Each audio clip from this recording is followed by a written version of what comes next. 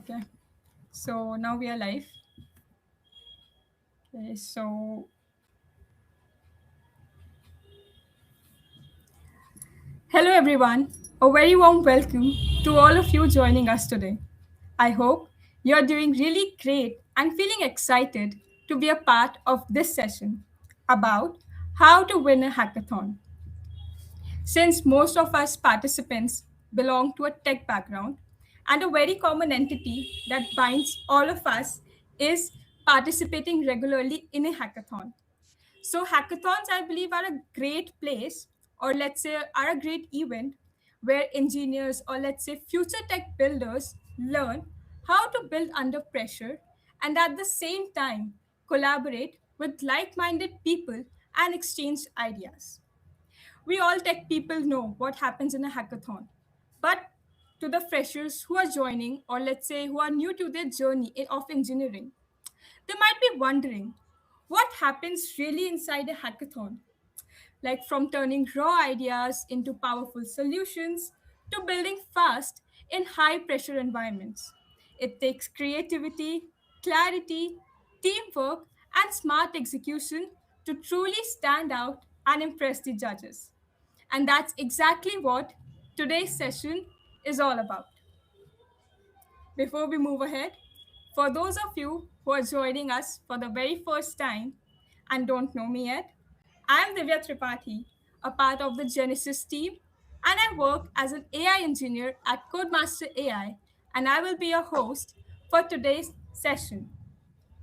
To add to that, this series is part 4 of our Build with Codemaster AI webinar series, where our main aim is to help you move beyond just identifying the right problem, prioritizing features wisely, collaborating effectively with your team, and presenting your solution in a way that creates a meaningful impact to help us understand the approach of building a hackathon, or let's say working in a hackathon very strategically, because hackathons are not just about coding continuously. They are about identifying the right problem, prioritizing features, and collaborating with a team member. And to effectively lay out a plan for that and how to prioritize effectively strategically, we have a fantastic speaker with us today, and that's none other than Mr. Ish Kapoor, sir. Thank you for joining the webinar, sir. To- Cool. Hi, folks. Hi, Ish Kapoor this side. And all those who don't know me, I'll be very quick with my introduction, because the topic that we're going to talk about has much more deeper importance for you all. Been working for a lot of days in your hackathon. So, hi, my name is Ish Kapoor, and I currently work as a product manager at Red Cliff Labs. I used to be an engineer, robotics engineering in my education, and then I used to work as a front end engineer at multiple IIT Delhi startups, and I've used to been working for a lot of companies before that, especially startups. And I'm now working for a big giant in healthcare, Red Cliff Labs. And yeah, I have participated in, I don't know, maybe 50, more than 50 hackathons, won a lot of them, judged, been speaker, mentor at a lot of hackathons. So I'll be able to give you some realistic insights. So I'll not waste your time with some fake AI made topics. I'll be very honest, very real on how to win, or at least how to take your product out of this hackathon into a real world. Yeah. yeah, I mean, thank you so much for that really impressive introduction of yours. And I'm sure that our participants are really looking forward to your insights, which you're bringing from your years of experience by being a part of this journey. So, without a further ado, let's begin with the webinar and looking forward to a presentation regarding how to win a hackathon. Cool. I'll start share my screen right now. Just a Sure. second.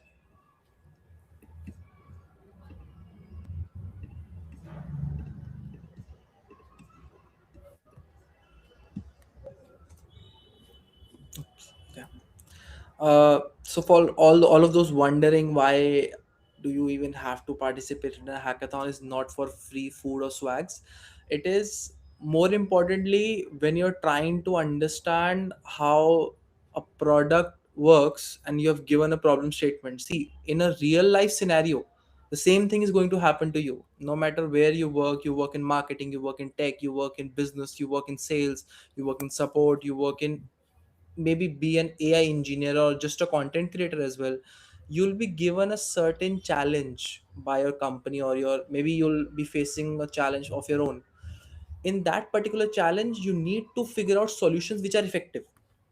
You cannot pick any random solutions from haywire and ask GPT to, fix or build this for me or do this for me and make no mistakes. No, that is not how real life would work. You'll need to understand how structuring a solution works, right? In reality, I am a product manager, I'm given certain 10 tasks and I have to build something, right? And that does not work if I do not know the structure. Mm-hmm. Now, being very honest with you, hackathons are a great opportunity, amazing opportunity for all of you guys to understand, like in a short crunch of time, 2 days, 3 days, 4 days, all of you people come together, brainstorm, think of ideas, and then you work on them, right?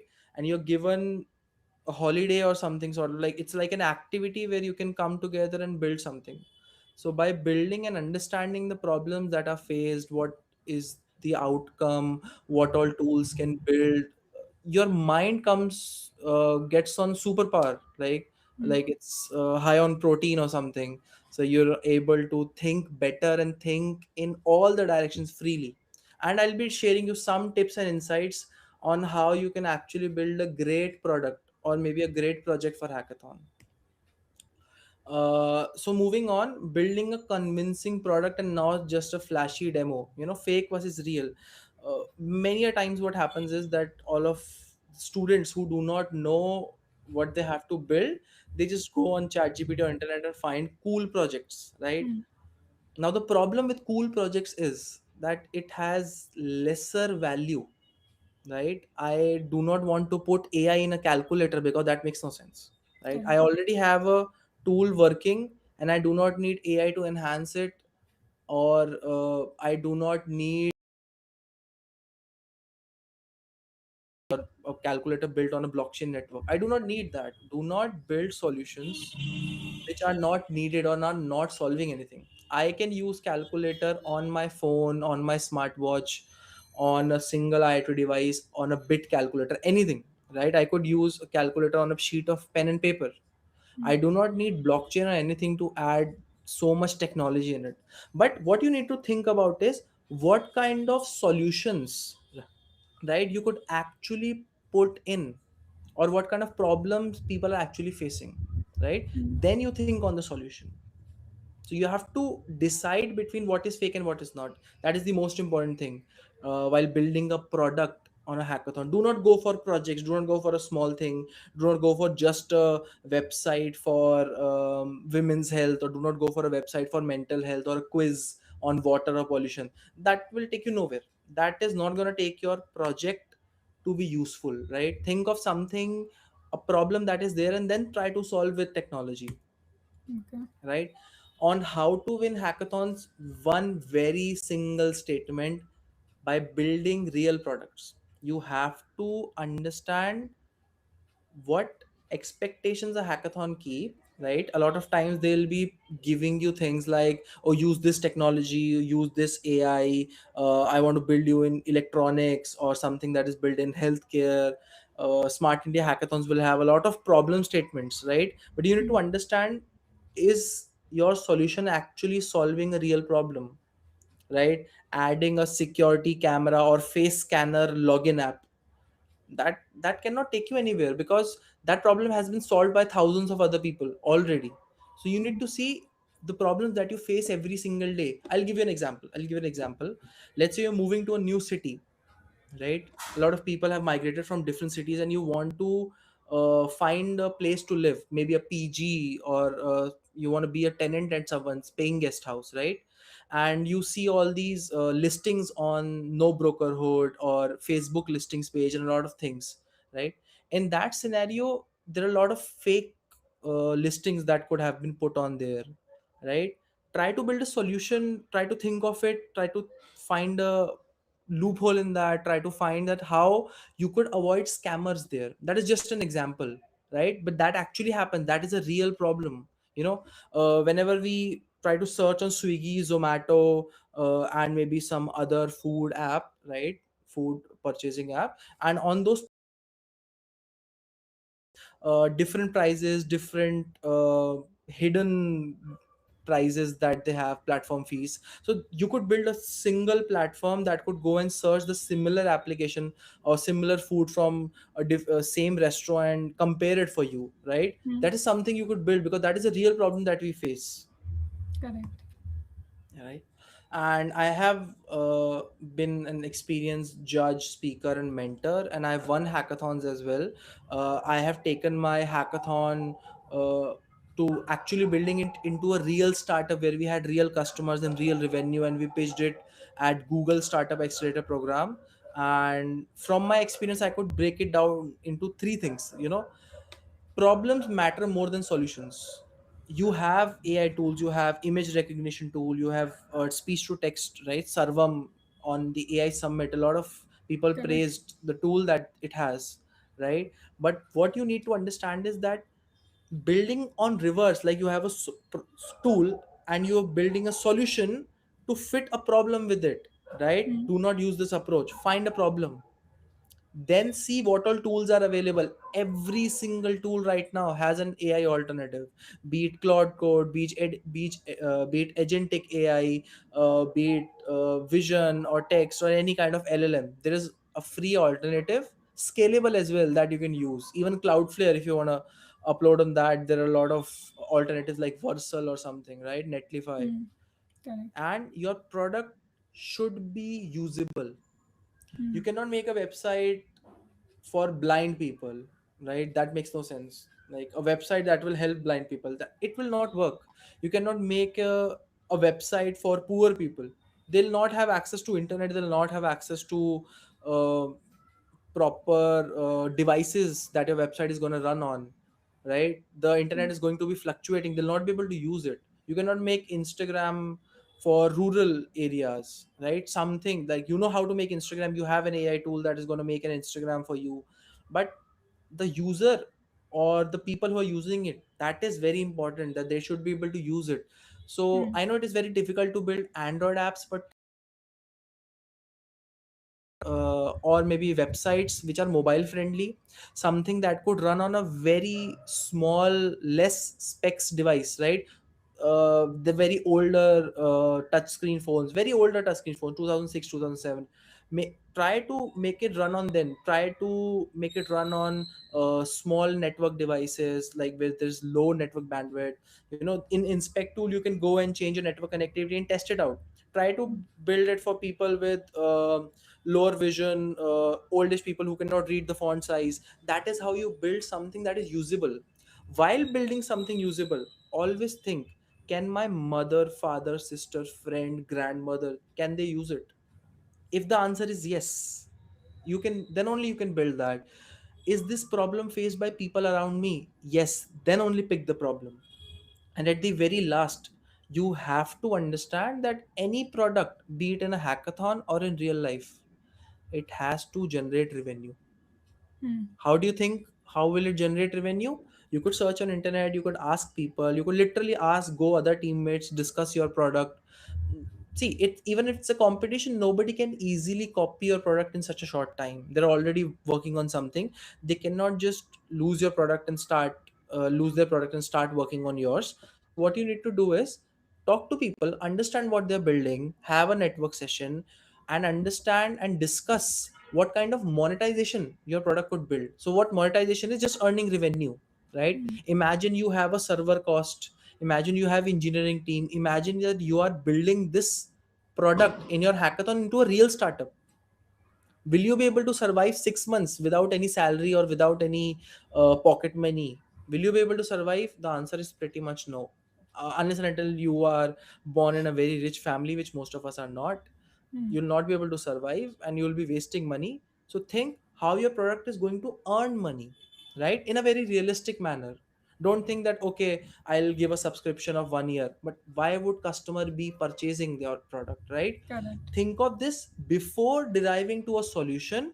Once you have certain pointers in your mind, you'll actually be able to build something जो कि बहुत ही अच्छा product है, something very honest, something very real. These things are going to impress a judge, but your goal is not to impress a judge of a hackathon or a mentor. Your goal is to build something that is usable, even after this hackathon is over, Okay. right? And winning versus typical mindset, which I've already mentioned. You full price of the technologies you have to use. Optimize your product in such a way that you're in your MVP. So what MVP is? Minimum viable product, right? The minimum things you can build in your solution, in your app, in your website. Let's say login is there, profile is there, users data is there, you're able to interact it, you're able to open camera if it's a payment app, just as an example, right? And you're let's say I build an application called as a meme finding app, right? A lot of Mm. times we see thousands of memes and we are not able to find it, but we know, okay, it was an Akshay Kumar meme with a flowery shirt and spectacles. So I create an AI application where I just type it in, the kind of meme that is, and it gives me a list of all the memes, right? I forgot what the actual meme was, but I could find it, right? Maybe a Joey or Chandler from Friends, if any one of you have watched Friends, a Yeah. reference from that, right? You're able Mhm. to find that application, or you're able to build that application. But in order to do that, you need to understand, does it solve a problem? Can I monetize it? Does it actually be usable, right? In all those parameters, if you build a real problem, if you build a real solution to a real problem, you will be getting the winning mindset. And the typical mindset is, I want to build something cool. Mm. It looks good on a GitHub or on your it doesn't even look good on your resume. I'll be super honest. Try to build something cool in your free time. But hackathon is a very fun opportunity. You'll be able to actually solve a problem that is going to make you feel very good.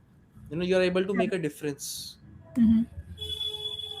A weak project is something that has no approach on solving a problem. You have a solution, but there is no problem to fit to, which I have already discussed, right? A weak project sounds like a game, just like Mario. It takes you nowhere. You can jump in, reach a level, and that is it. So that's what I said, games take you only so far. Mm. If you want to build something, try to build it a very solid, strong product, right? Up two products tries pain with precision. There is a problem statement. You are giving a precision solution. Clear purpose. You need to have a very clear purpose, what problem it is going to solve, the clear user, and a flawless path to victory. That is how you're going to win, right? I have mentioned what all strong components has. So it needs to have a good user experience. Now all of you are thinking that, yeah, these are a lot of lengthy steps that you need to follow. No, you could take a very simple list of steps. You could use a template. You could tell ChatGPT ke build me a template on how to design a product, right? Listen to, mark my words, build me a template on how to design a product. It's going to give you a template. It's like a questionnaire. Fill in these fields. What is the user? What is the monetization flow? What all tech stack I'm going to be using? What all problems I'm going to be solving? How is going to user going to use it? What is the user journey? Color scheme? Design everything in a single doc, right? Once you have a documentation ready for you, which we called as PRD, product requirement documentation, note this for life. Okay, for everyone participating in hackathon, organizing them, anything, note this for your life, that if you want to build a solution, have a doc ready. It sounds boring, I know it sounds boring. Nobody likes documenting. You just want to get into a coding ID, Versal, anti-gravity, Claude Code Cursor, something, and you want to give a simple prompt, build me Swiggy's clone, make no mistake, right? Build me ChatGPT, make no mistake. No, that is only going to take you so far because it sounds like a game, right? Correct. If you want to build something which is as strong as a real product, make a document. Make a real document, add outlines, and the moment you give this document to ChatGPT, Claude, Anti-Gravity, Gemini, AI Studio, any AI tool, it will always remember the outcome. It will always remember what you want to build. It will not hallucinate. The output of the project will be very good. It is going to be so good that you will be impressed, Correct. right? And Hmm. you have to understand that do not use AI when it becomes gimmicky. Do not make a calculator just with AI. Do not make face recognition login applications. This is all gimmick. AI can sometimes be superficial in scenarios wherever you have to have a simpler problem. Do not use AI in every single thing, right? Do not make an application where with AI teachers can mark attendance on online classes. See, that works. That actually works, but there are a lot of flaws in that, right? Some student could just put in their picture, so Yeah, that right. problem is not going to take you so far. Hmm. Okay, you have to understand where actually AI, blockchain, there are thousands of technologies which could be used, but see what real problem it does, right? Hmm. Or what real problem it solves. So you have to understand where AI helps. Do not use AI blindly. You'll only be wasting some tokens, right? Try to find real problem.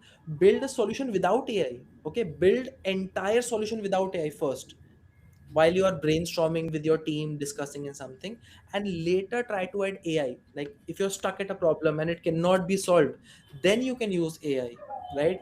I'll give you a very simple example. A lot of people build period tracking apps. Hmm. Amazing app. Every female has to use, sometimes have to use a period tracking app. You have a lot of PCOD, PCOS problems, right? Every female is going through that. As a male, I can only surface level understand that, but adding AI to that will not change how the lifestyle of our generation works, right? Hmm. And delayed in periods, so everything is going to be same. Your solution is not going to help there. But if you try to build, say you track all the eating habits and sleeping habits and everything, and then Correct. put it into AI, and Hmm. then try to build a solution, and then try to find a pattern and predict, okay, on the last month there were periods on these dates, that these were the vitals and everything, and next month this could be the result. That is a completely closed solution that could help, Correct. right? Have to find real problems, find where friction actually happens, study a lot of products, right? Now that you're already in a hackathon, observe what other people are building, right? And take a learning from this hackathon. Go into real world, study other products, just observe. You do not need to actually study and make it boring, okay? You have to see how people are building things, change your perspective, and that's how you will be able to design a good solution for a hackathon. I'll give you a very simple example, which is a good solution for a hackathon, right? There are a lot of government schemes, krishi yojana, farmers getting 60,000 rupees per month. What are the conditions for getting LPG Correct. stations, Hmm. from the LPG stations? What are the conditions for getting a gas cylinder? Who is eligible? What about ration, right? Who all are eligible? Caste system. There are a lot of government schemes which we do not know. Even I would not know, because it is not publicly accessible very easily, or people are not able to find it. It is very tough to read.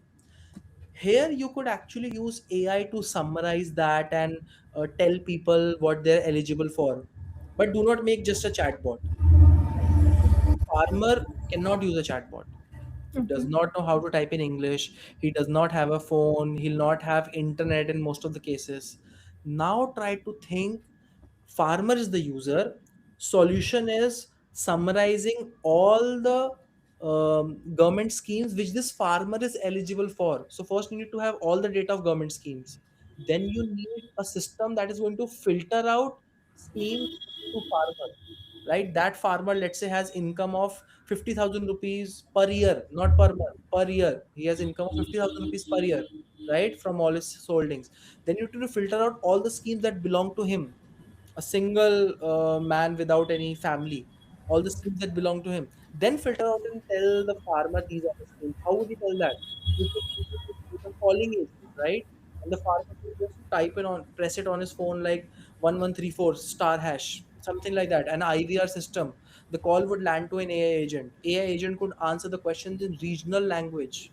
broken Okay. regional language. You have to understand, Mm-hmm. a farmer from Bihar might not speak even Bihari fluently, right? They'll have some uh, regional words. So you need to build a solution at that level, which could actually be launched the next day or maybe next month, next week. And then you'll be able to see that the farmers are actually using it, then sell it to government, then sell it to companies, then generate revenue. That is how Correct. a problem, you could. Or I discussed about the rent scam. Get some AI, you could use AI in this, get some rental models, understand what are actual real rent scams happening, and then build a solution for it. Then you could sell it to no brokerhood or something like that, right? Or you Right. could make a Chrome extension or something. So try to build something that actually is a problem. This is actual a problem, right? Right. Brokers selling fake properties which do not even exist. And the meme problem which I discussed earlier, you could build an AI tool. See, this is a cool one.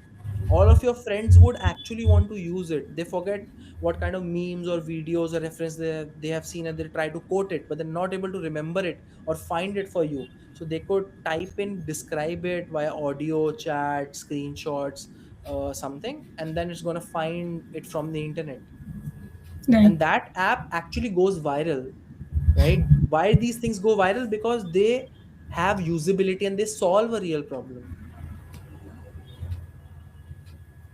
So I have a problem building framework built for you. I'll share you a doc at the end of it. We could do a go through of it, and it has mention of the UX flow and overview, everything that you have to understand. AI system design, everything is covered in that, so I'll not go into detail. Few things that I need to mention while building a product. Before building, do all the brainstorming. Okay, building takes least time. You have to understand, building a product takes least time. Thinking about the solution takes the most time. So Mm. while creating a product, think what kind of AI tools you want to use. Don't just jump into chat GPT and give me top AI tools. Think problem, think about the AI tool that you want to use, think about the architecture. So I know a lot, most of you are not software engineers, you do not know what architecture, infrastructure, AI systems are.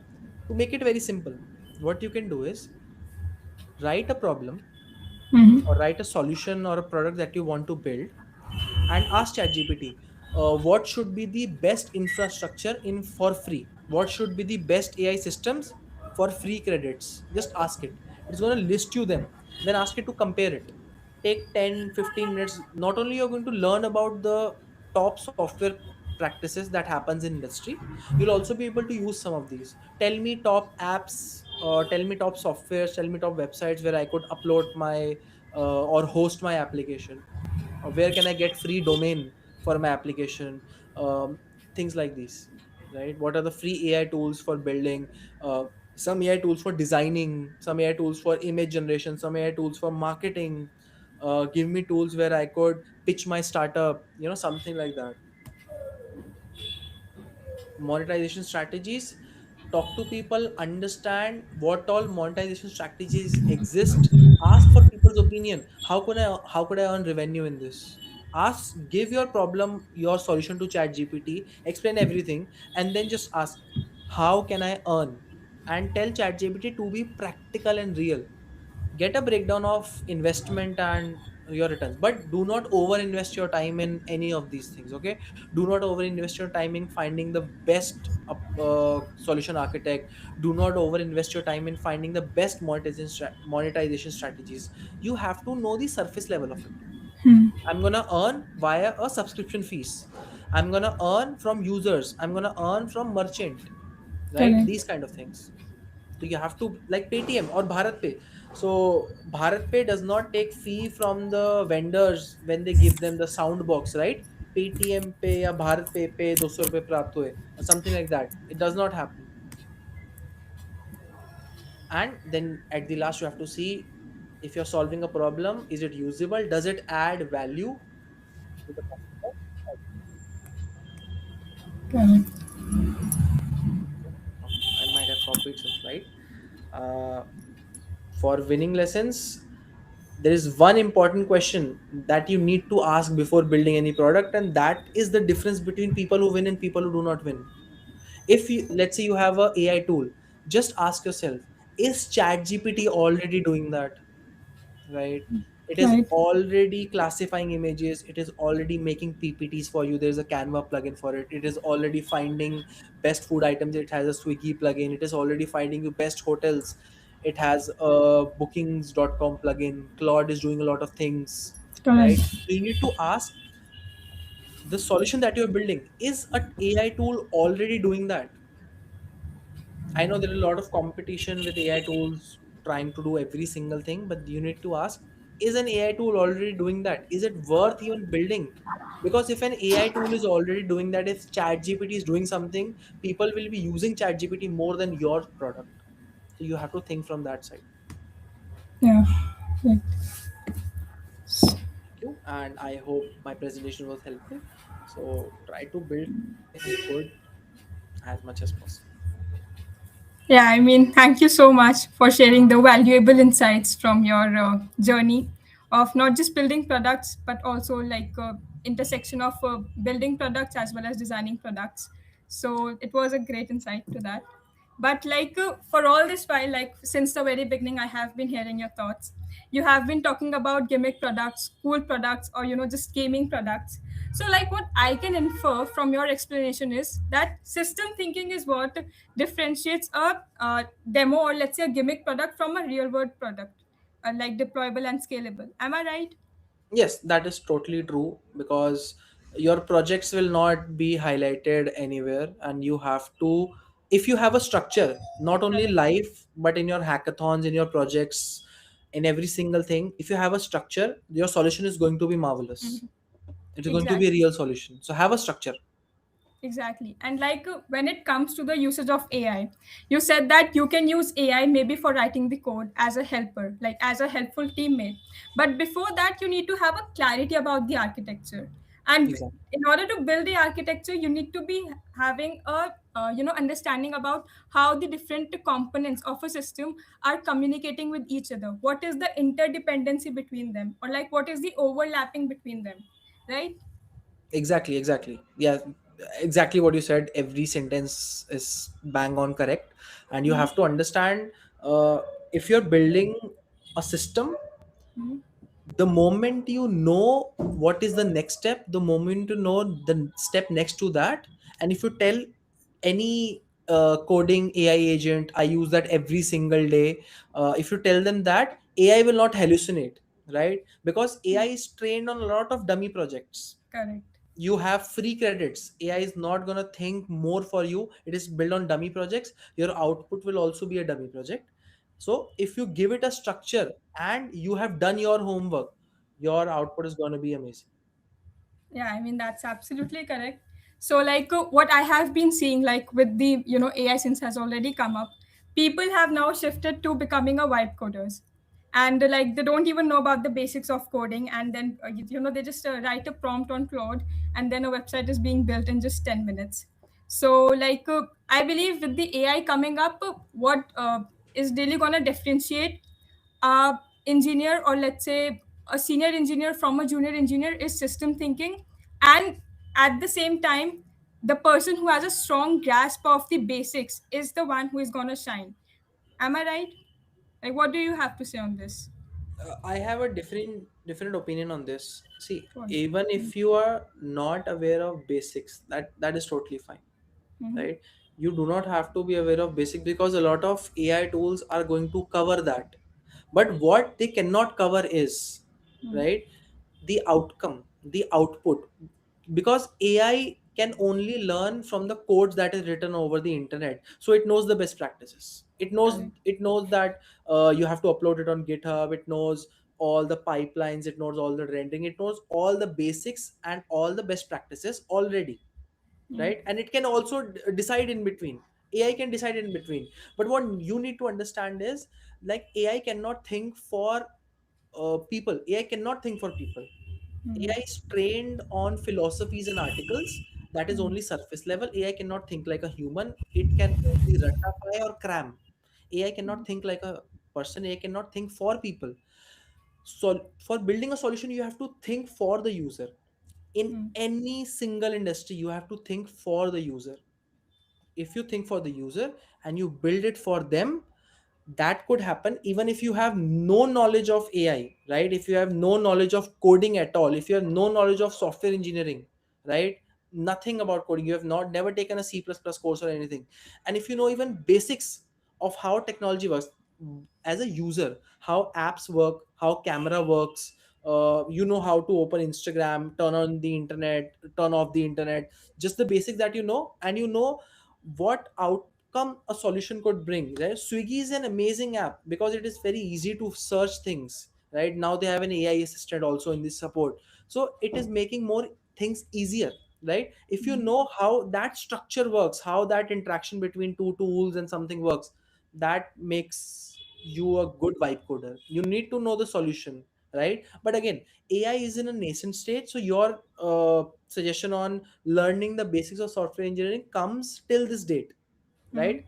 In 2026 you need to learn the basics of AI, because all these amazing self-thinking AI tools are still paid, Correct. and we all might not have that much capacity to pay for 300 $400 per month, right? That Hmm. is too much, and we do not have the use case as well. We are not earning from AI yet. If you Yeah. build a solution that is earning, it makes sense to put in so much credit cost. Yeah, so think in that perspective. Yeah, I mean, thank you so much for clearing that confusion. So, I mean, we have been talking about hackathon and all. So why not just go down the memory lane and think, and why not you just share about your first hackathon experience and like what takeaways can participants take from that? Okay. Hmm. I do not remember exactly my first hackathon. I do not remember which one was my first hackathon, but the back I could go, I think it was in 2020, an online hackathon. So I was in game dev. So I Yeah. participated in a lot of game jams. I did not win back then. But my first offline hackathon was in DTU, and I did not win anything, but I got a girlfriend out of it. So the one of the organizers, we started dating after that. That is an Hmm. anecdote that I had. So if you do not win, maybe you'll win something else. But very important, guys, please do not be creepy around there. That is just a joke. I actually did get a girlfriend, but you have to be very respectful. But you did do get to have a good network. So I made a lot of Hmm. friends from hackathon. That's how my circle was. That's how I got to become a mentor and judge and speaker in a lot of hackathons, because of the circle. So get to have good friends. If things go beyond, that is totally up to you. Yeah, so that's that being said, hackathon is a great place to collaborate it with like-minded people, and things if things go well beyond, then well and good. Yeah. Yes, and so one thing that I want to know is like I have also been taking part in hackathon very actively. Right, I have taken part in Google Gemini Exchange hackathon, and we moved it till down to Earth also, and then we took part in EY hackathon, SIH hackathon, and various other hackathons as well. But the point at which I find myself questioning is like how do I decide which features to add in my platform which makes us differentiate from the other existing platforms or like say the projects which will be built by the other participants. How do I prioritize those features? That is a very good question. Not only a good question, but a very important question as well. Because, see, again, I said, if you think about building something cool, you'll be cramming in features. You'll need to have every single thing in your app, because the mindset is that you need to prove to everybody that I could build everything. But Hmm. hackathon is not to prove that you can do everything or your app could do everything, right? How you need to prioritize is there are two metrics. Either you could use a standard prioritization metric like rice, but that actually works for real products which are already earning from the customers. So let's say you have an application which has, and you have decided to add five features to it, right? Oh. From these five features, think which one is going to have the biggest impact. Hmm. Think which one will actually be the easiest to use by customers, not how easiest to build, easiest to use. Do not think about which is going to sound cool or which is going to be really impressing the judges. Think which one actually fixes. So you have 10 solutions, try to pick 3. Which Hmm. 3? I'll tell you. The one that actually solves the problem, the core solution of it. Only keep that, put aside all the clutters. To actually win at larger hackathons, you have to put aside all the clutters. Second thing, build in solutions, all the added solutions which makes it a complete application, right? Do Hmm. not make an app without basic user profile, right? Do not add lorem ipsum, do not add dummy. Add some database, add Firebase. It is very easy to use now. There are AI tools that have ratified how to integrate Firebase, or replit authentication, or GitHub authentication, or login via OTP, login via email. Add some authentication, add some basic profile things, add how actually a user is going to use it, Hmm. right? I'll give you an example.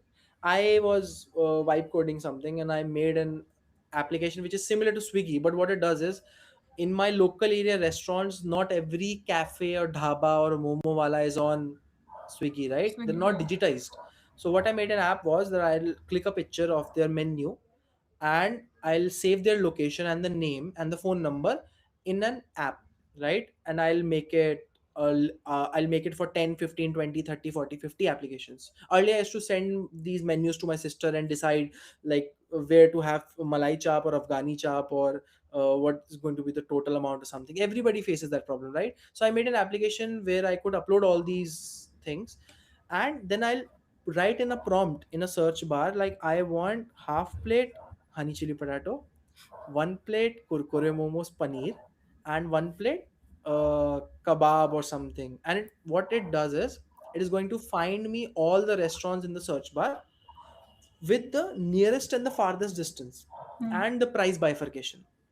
This is what it does, right? I could have added a lot of things, right? But what I prioritized was, it is not digitized. The first feature is to scan the menu, Okay. right, with Hmm. correct price, correct portion and everything. Second feature was, am I able to search correct items or not? Third feature, it gives me a comparison. That is it. Things that I added next: profile. Hmm. As a profile, if I'm uploading, I could be a restaurant, because maybe it could go viral. I could build a platform for restaurant owners to upload it, right? Hmm. I know the Swiggy is already in a platform that is doing it. I'm doing it for the local community, Correct. right? I could Hmm.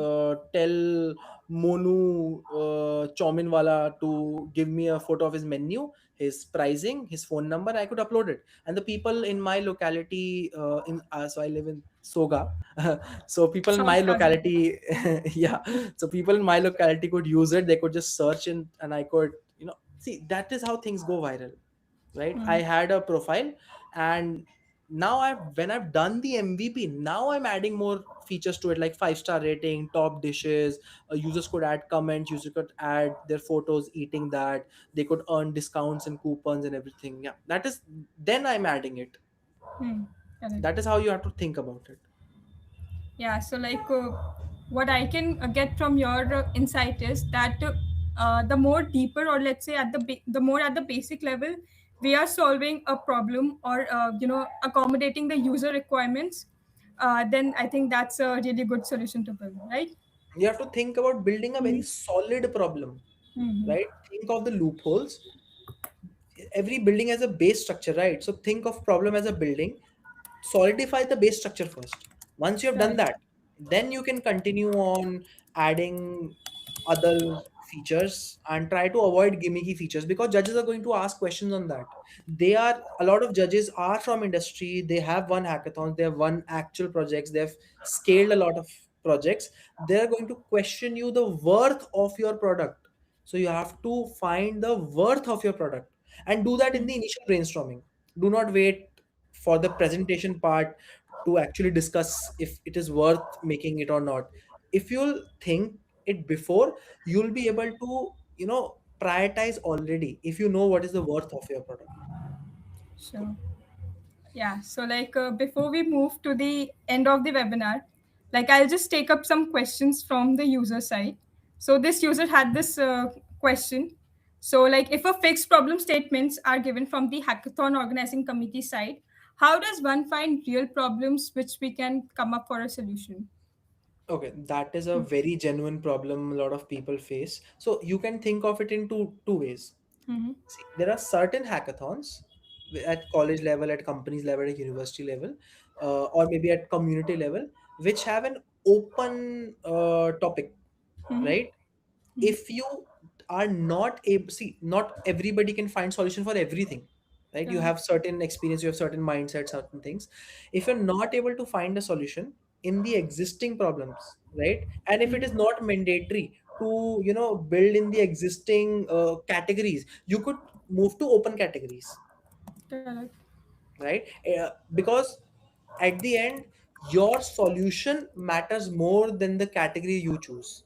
There are a lot of prizes in category section always, like in healthcare, cybersecurity. There are like the top project in cybersecurity, top project in healthcare. So if you're thinking from the winning point of view, not aiming for the main prize, but you are compromising for, which is totally fine. Totally fine. If Yeah. you want to earn money, it is a great opportunity. You could build the best project in healthcare, you could build the best project in cybersecurity, earn a certificate, medal or something. That is also a stepping stone. Or you could go for the open challenges. In the open category, you can build any problem that you've faced and solution. But for a very structured hackathon like SIH, there are very specific problems. See, what is the you have to understand what is the aim of this hackathon. To organize, to upsell their features. A lot of hackathons, what they do is upsell their features, or to just engage the community. Or is the aim of the hackathon to help you learn code or sell a certain tool or something? Or is the hackathon trying to solve a problem by giving it to students? As Correct. what SIS does is it has a real problem statement, and then they're giving it to students. So based on the hackathon and the competition level that you have, now you have to become competent. Okay, if you really Correct. want to win, you have to think about competing with other people. In that certain scenario, think, what is this hackathon demanding for? You could Correct. ask mentor, you could ask judges on this, like what is the outcome that the hackathon is demanding for, and then you can decide. And in certain cases of SIH, let's say there is a fixed problem statement, the government scheme I mentioned, right? So there are a lot of knowledge gap between the receiver and the government, right, giving the schemes. Now you have to run your horses of the brain and think how you can actually solve this problem without AI, without software, anything. Step into the shoes of the user who has the problem, list down the problems, and see if what is the gap. Basis on the gap, see if there is any software technology, or not even technology, maybe is there something that government could do to reduce these gaps. Then you might click. And if that does not happen, in certain hackathons, not every hackathon is for you. You also have to understand that you Yeah. cannot go into a blockchain hackathon without knowing blockchain as a technology, right? You cannot make a to-do application on blockchain in a blockchain hackathon. That will not be the level. So a very important question that students face, but do decide before. uh, Analyze the hackathon. See, do your homework. Always in life, do your homework. Don't just randomly go, because the outcome could be random. Always do Yeah. your homework, what you're trying to build, what could be a solution, and then you'll have it. I Yeah. hope I that mean, answers. yeah, I mean, that answers really well. And thank you so much for raising that point and to that user who asked this perfect question.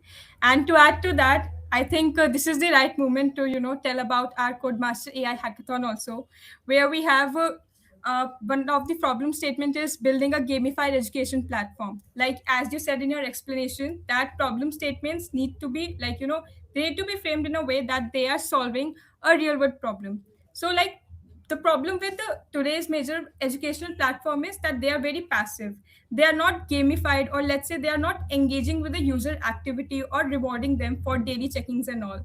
So one of these problem statements is that, and the second one is definitely the open innovation statement. So if you think that you don't belong to the problem category one, go for the innovation statement one, which makes it that Build with Codemaster AI hackathon is open to everyone and everyone. So if you think that you have got the potential to shine in that, go and register for the hackathon on our platform codemaster.ai. And like now we have come to the end of the session one. So thank you so much, Ish Kapoor, for your time and sharing the valuable insights. It was an honor to have you here and hope you have a great day. All the best to all the participants. I hope you find and build something that you could take it out of this hackathon and build for other people as well. Try to build a real solution. So All the thank you very so much, best. Ish Yeah. Kapoor, for your time and Thank sharing the you. valuable insights. Thank you so much. Cool. I can drop now. Is if I drop? Yeah, sure, you can. Cool. Thank you. Thank you.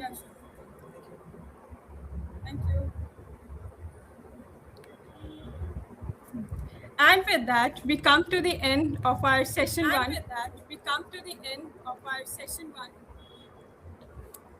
Um, Mhm. I think you're not audible correctly. Can you repeat again? Hello. Now is it clear? Mhm. Yeah, yeah, yeah. It is. I guess it's lagging a little bit, but yeah. Okay. Is it lagging now also? I guess your like voice is coming late to me, but yeah, like after you speak, it is coming after 2 to 3 seconds. Okay.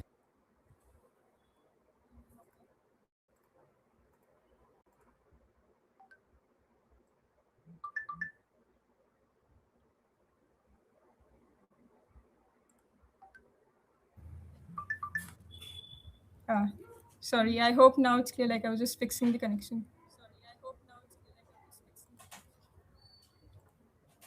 Okay.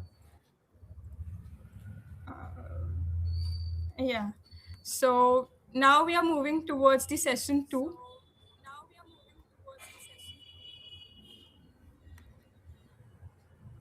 Short. Yeah, one here. Right.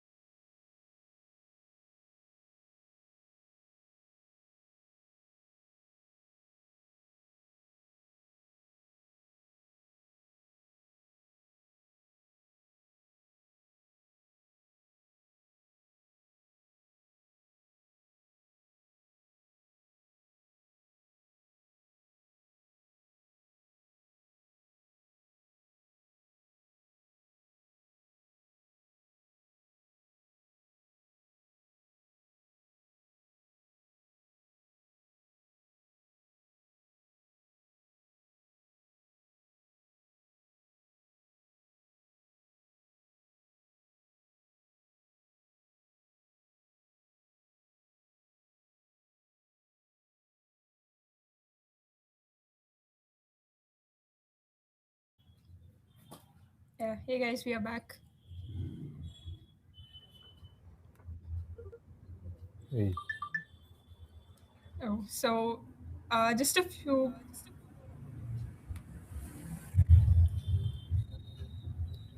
minutes ago only, we got done with the session one, which was by Mr. Ish Kapoor, where he shared his insights as to how to win a hackathon. Moving on, we have an incredible engineer with us who is known for building scalable backend systems and whose expertise lies in building that only. And that's none other than Mr. Sanjoy Das, who is the founding engineer at KodeMaster AI, where he focuses on designing architecture driven, hands on learning environments that help developers move beyond just writing code and start thinking like system engineers. Sanjoy, thank you so much for joining today. How are you? Yep, I'm doing great. Um, how about you? Yeah, I'm great as well.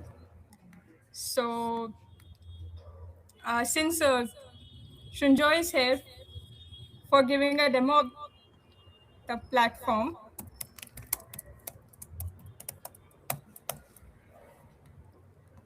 codemaster.ai.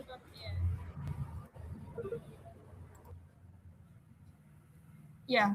So Shunjoy Das is since he is the founding engineer at codemaster.ai, he is here to give us a brief walkthrough of the platform, Codemaster AI, and to explain us what problem is Codemaster AI is solving and how is it to legit be useful for the generation or let's say the future engineers of our generation who are relying on AI code for legit everything. And as we have discussed so far so well, that system thinking is what is going to differentiate a vibe coder from a senior engineer or a valuable engineer.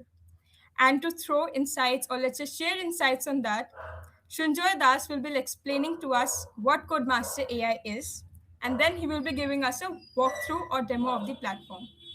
Over to you, Shunjoy. Yeah. So as you guys heard, we are like Codemaster AI. It's a first of all, it's a great platform for any engineers or upcoming software engineers to practice their skills and upskill themselves. So the plan of building Codemaster AI has been this and this only, that anybody who is like an upcoming software engineer or is already a software engineer and they want to upskill themselves on their life or just get their dream job, get into that room where they want to be. So that is what we are solving here. A platform where you can um, practice mock interviews, practice real world projects, maintain your portfolio, make your detailed resume, all those things end to end, so that your exact portfolio for becoming a software engineer becomes very valid to you. And in today's world, what so industries want from you is like a lot of things, not only just learning or knowing 1 to 2 languages, right? 1 to 2 coding languages. So lot of people are demanding from freshers a lot. Like now the industries are demanding senior engineers from freshers. So that is like for some people that is like very hectic. Like I'm just a fresher, I'm straight out of college, how should I like learn all these things? So they have to come with a mindset that when there was no calculators, some mathematicians used to do calculations, and some mathematician used to write all the theories, right?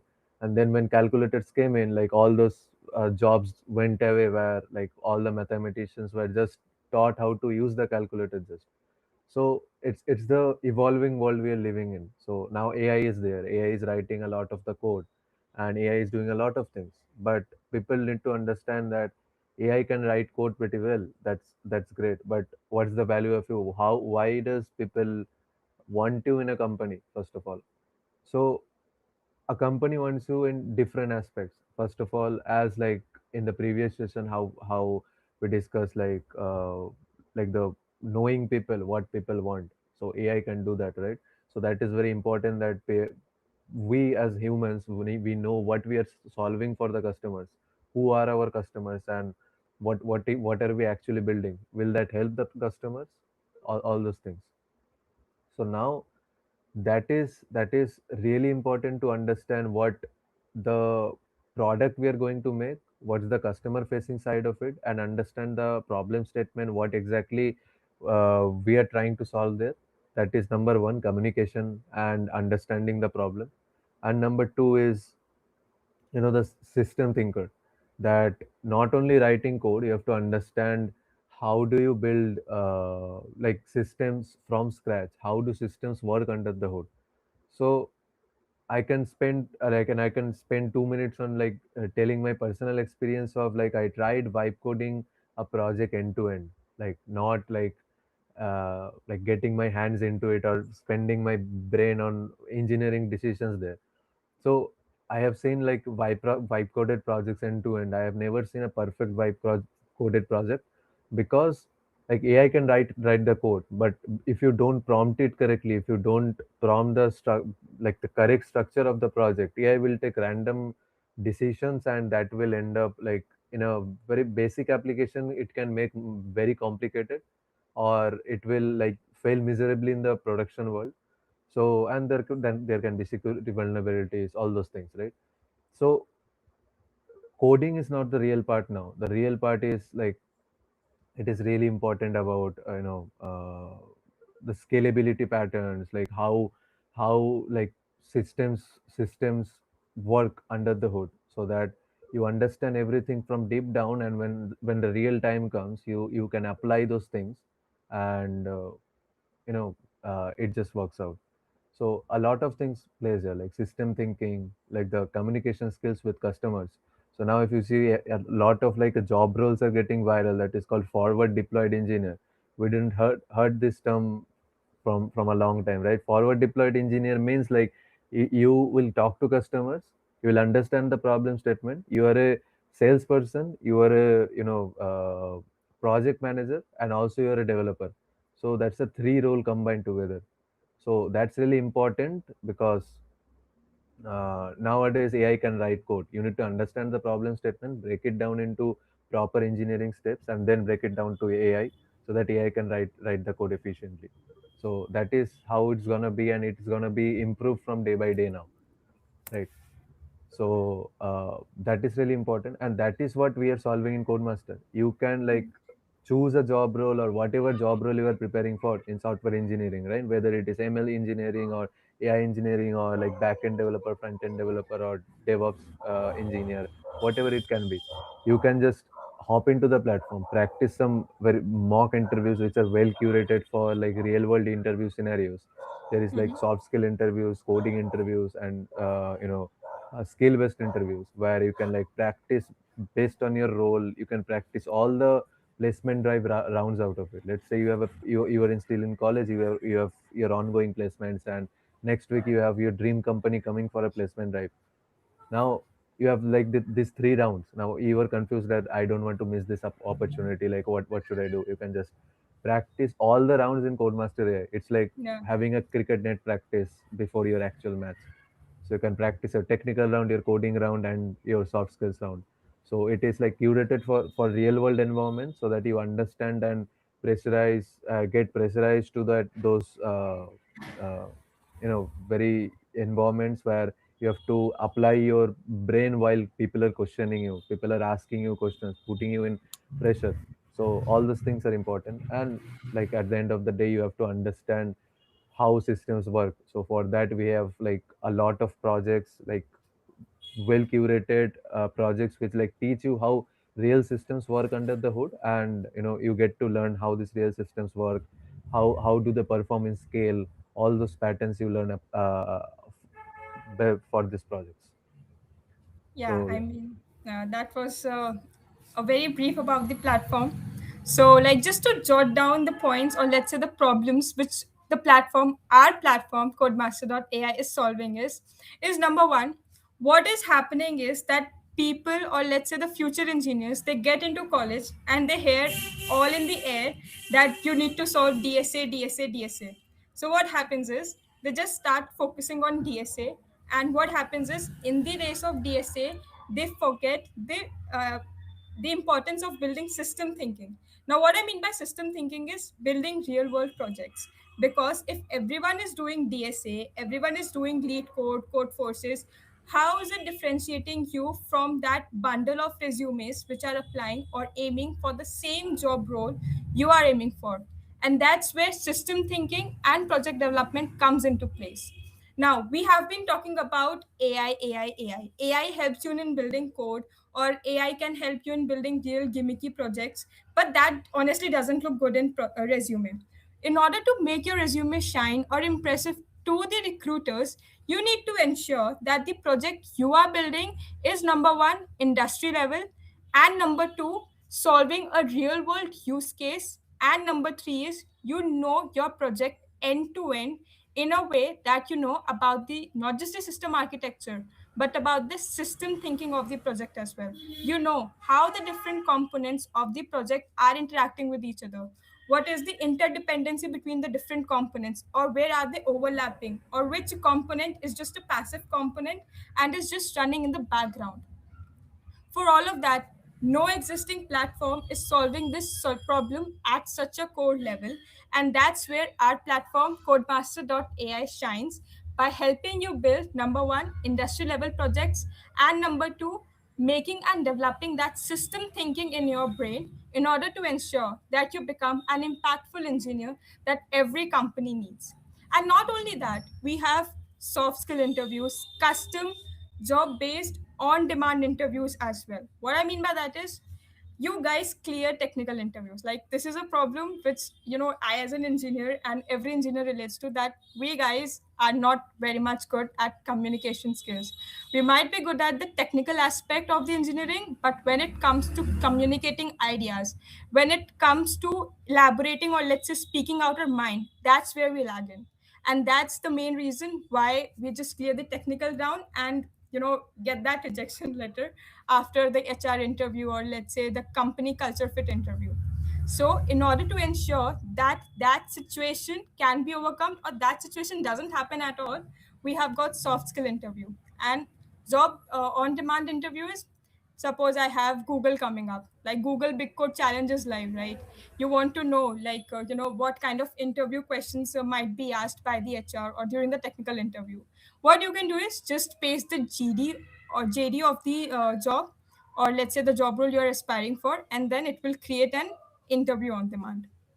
So these are just a handful of features which our platform is trying to solve, and there's a more to it. And to give you all a glimpse of it, Shunjoy is now going to give you all a walkthrough of the platform. Over to you, Shunjoy. Yeah, sure. So let me share my screen here. Sure.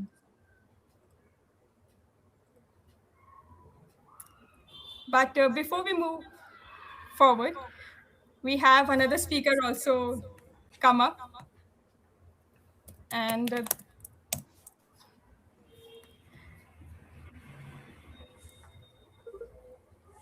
that's Vijay Ganesan, who is a principal software engineer at Mastercard, who is working on daily basis building scalable real world infrastructure and solving real world problems. And in during this session, like he will be exploring us, or let's say help us guide how to build a real world, or let's say an AI agent in 30 minutes.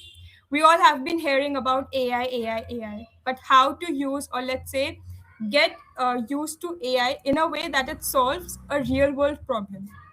And that's where Vijay's expertise are gonna help us, since he has more than 15 to 18 plus years of experience working in the field of engineering, and he is gonna share some really valuable experience, or let's say insights from his journey. Welcome, Vijay. How are you?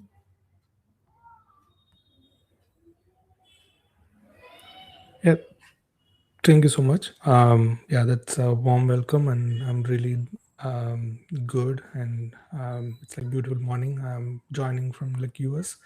Very like great to see the demos, and I also watched like how to win the hackathon. So very inspiring talk, and I can't wait to share my insights on the AI coding agents.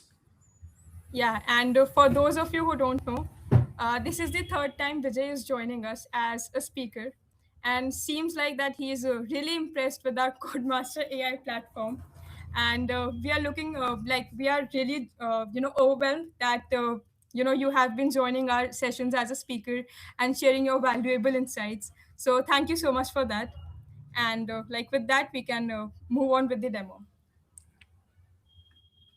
Over to you, Shinjoy. Sure, thanks. Okay, so as you guys can see, this is the like the dashboard of Codemaster AI. From here, you can like manage all of those things. You can like see where you like stand in that current competition. Where do you stand in the global leaderboard? What's the you can see like what's the featured project challenges out there? What are the mock interviews out there, right? So now let's say I have a placement drive coming up in my next week, right? So what do? I have to practice some mock interviews. So I can just simply go here and like select mock interviews and try to see what mock interviews suits me. If I can see like there are like more than 190 plus curated mock interviews out here that is based on real world scenarios. So it has role based, soft skill, skill based, coding interviews, all those combined. So let's say you don't find an interview also, you can also create your own custom interview as well, whatever job role it might suit you, right? So we can do that. Let's say I can like trying to like building chatbot application. Let's say I have a Gen AI engineer interview next week. I can just go into this and I can just simply read about the interview, fine, and I can just start the interview. So what it will do is it will like create a very structured interview environment for you, and this will like help you in like practicing the actual interview before the interview. That is like getting used to ask those like critical questions that actually gets you asked in interviews, and solving in front of somebody, all those things. So this is like the coding interview here, where the AI agent actually sits there, understands your code, analyzes your code, judges you based on what approach you were taking, and also cross questions you like why are you taking this approach, what is the time complexity, maybe it is using some extra space, all those things, right? So all these kind of questions an interviewer will ask you in a coding interview. So uh, it doesn't matter AI is writing the code right now, but you have to know a little bit about like this kind of things. What is your code is doing, can you read the code actually, all these things. So you can like simply join the room.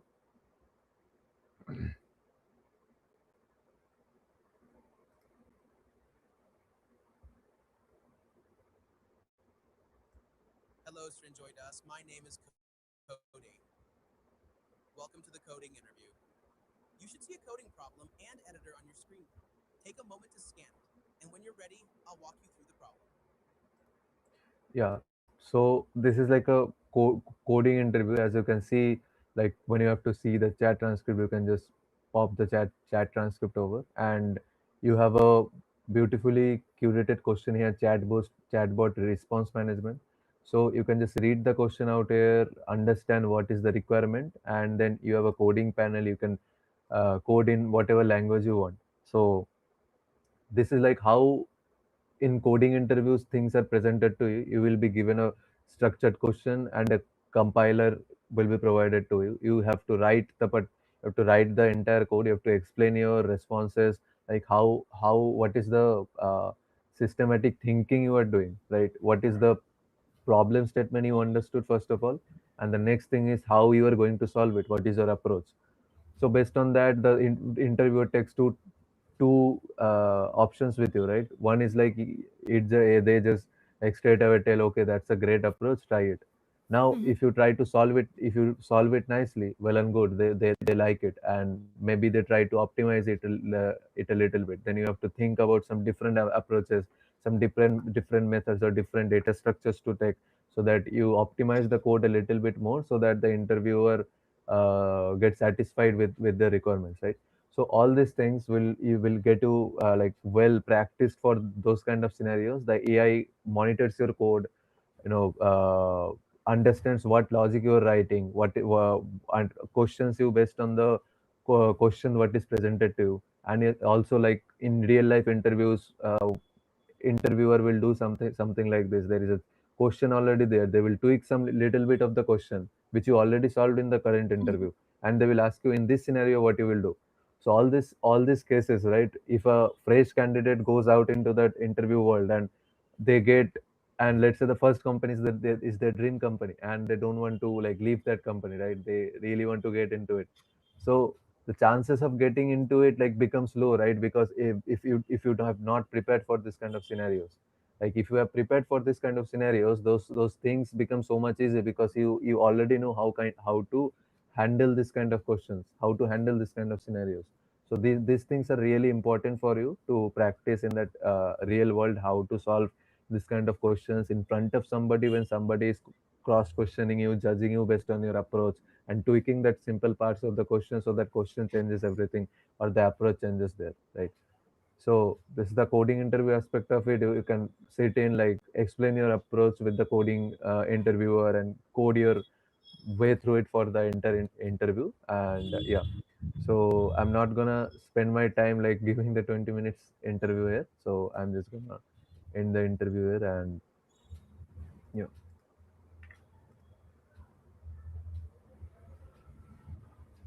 Yeah. And yeah, obviously you can get all those like reports out of it, whatever interview you are preparing for. After the interview is given, you can like wait for 1 to 2 minutes, and your report will be ready. And let me show you one of the reports here. So let's say if I open this one, right, or maybe let's open some other interviews I've given completely here. For example, let's say for example this one, sliding window patterns. This is a coding interview. So as you can see, I scored 25% over there. It will give you a detailed analysis of your current performance of the interview, where you will understand like how did you actually perform in the interview, how were you evaluated, what was the code quality, what mistakes you did, and what are the areas of improvement. So this was the problem statement you were given. These were the constraints, and this is your like solution. And based on the solution, you wrote your code, what was the output and your final verdict, and how the four pillars of like writing a code in a coding interview, right? The correctness matters, the efficiency matters, the readability of the code matters, and how you're handling edge cases. So all these things like is taken into account in the real world. So you have to practice all these things in your net practice also, right? So that is what Codemaster AI provides you. You can give an interview, get insights really well, where you can study all those reports, and you get improved day by day, and you Yeah. can see your complexity analysis, all those things. And yeah, this is like the report you can see. So this was the mock interview aspect of it, how Codemaster AI helps you like practice your interviews before your actual interviews. And let's say you're new to this platform and you want to prepare for a job role, and you don't have much time to browse through all those interviews, right? You can ask this Cody, which is an AI learning assistant for you, where it knows about you, how you are using the platform. It has a very good memory of you, like what is your background, what are the roles you are preparing for, what are the mock interviews you have given, what are the results of mock interviews, which areas you need to focus, all those things. So it keeps into account, and you can ask Cody, okay, I have a backend developer interview, or I have an interview tomorrow, what are the skills I'm lacking, or what are the things I'm lacking which I have to prepare, and so that I can ace that interview. Cody will suggest you all those interviews, all those project challenges, all those coding questions, learning materials, all those things that will actually get you ready for that actual job Interview, job interview. role. Yeah. Yeah. So, like, what Shunjoy is saying here is that our platform is giving personalized recommendations to the user based on their day-to-day activity.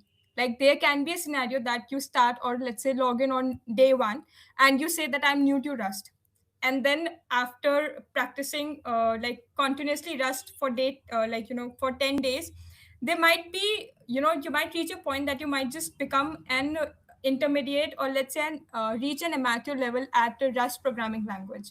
So it takes into account that as well. Not only that, based on your aspiring job role, based on the number of days you have left in your preparation, it takes into account all of those constraints and factors, and give you personalized recommendations to that. Now you might be wondering that we already have Chat GPT, Gemini, Claude. Like we just write prompt and let's say, hey, I am preparing for SWE role and I just have 10 days left to give me a suitable roadmap for that. Chat GPT can also solve that problem. Why do you need to come to our problem? Then, hey guys, you guys are thinking legit wrong, because let me just give you a very simple use case.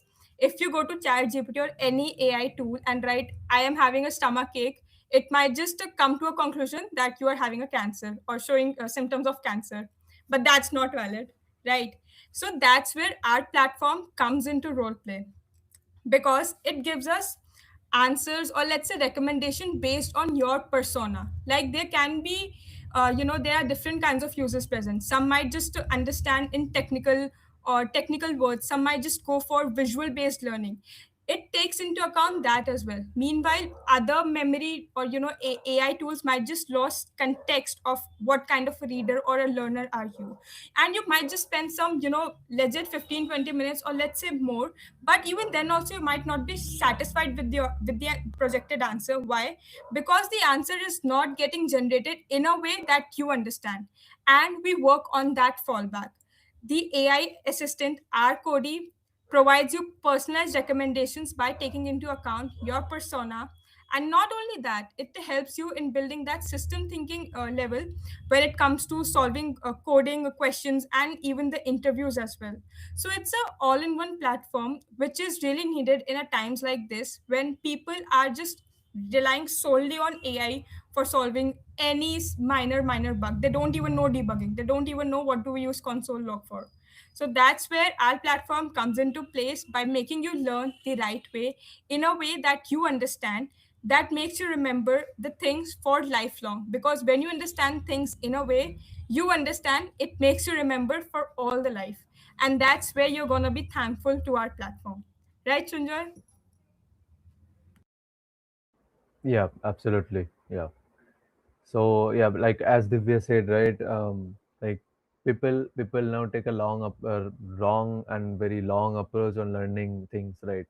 They first of all learn a programming language, let's say, right, with watching tutorials, let's say from YouTube, or any courses they buy, or they go get into any coaching centers or anything. And then after learning a language, they try to do, make projects out of those language again by watching some videos in YouTube. You see a video, you like make two tabs out of it, one open your VS Code or your ID, and one is YouTube, and you see that project somebody is making and you're just making it.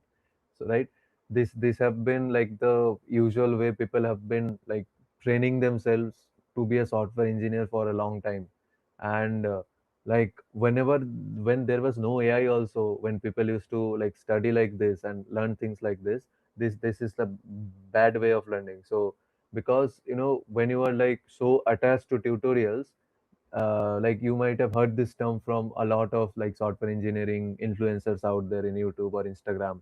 Like it is called tutorial hell, where you're bound to watching tutorials, so that when the tutorials are closed, your brain just doesn't work. You can Mhm. think on your own, right? Like if you are like so dependent on the internet, or you don't depend on your skills, then think of a world like some crisis happens and satellites go off, every internet goes off, and you are given a problem that you have to solve, right? How will you solve it? That Mhm. does that mean your brain will not work, right? Mhm. So is your brain is replaceable by like any Eh, like small LLM model? mhm. Like so that's the wrong approach, right? Nobody should like learn like that, because that like falls like takes you into a tutorial hell, while where you can't come out of it.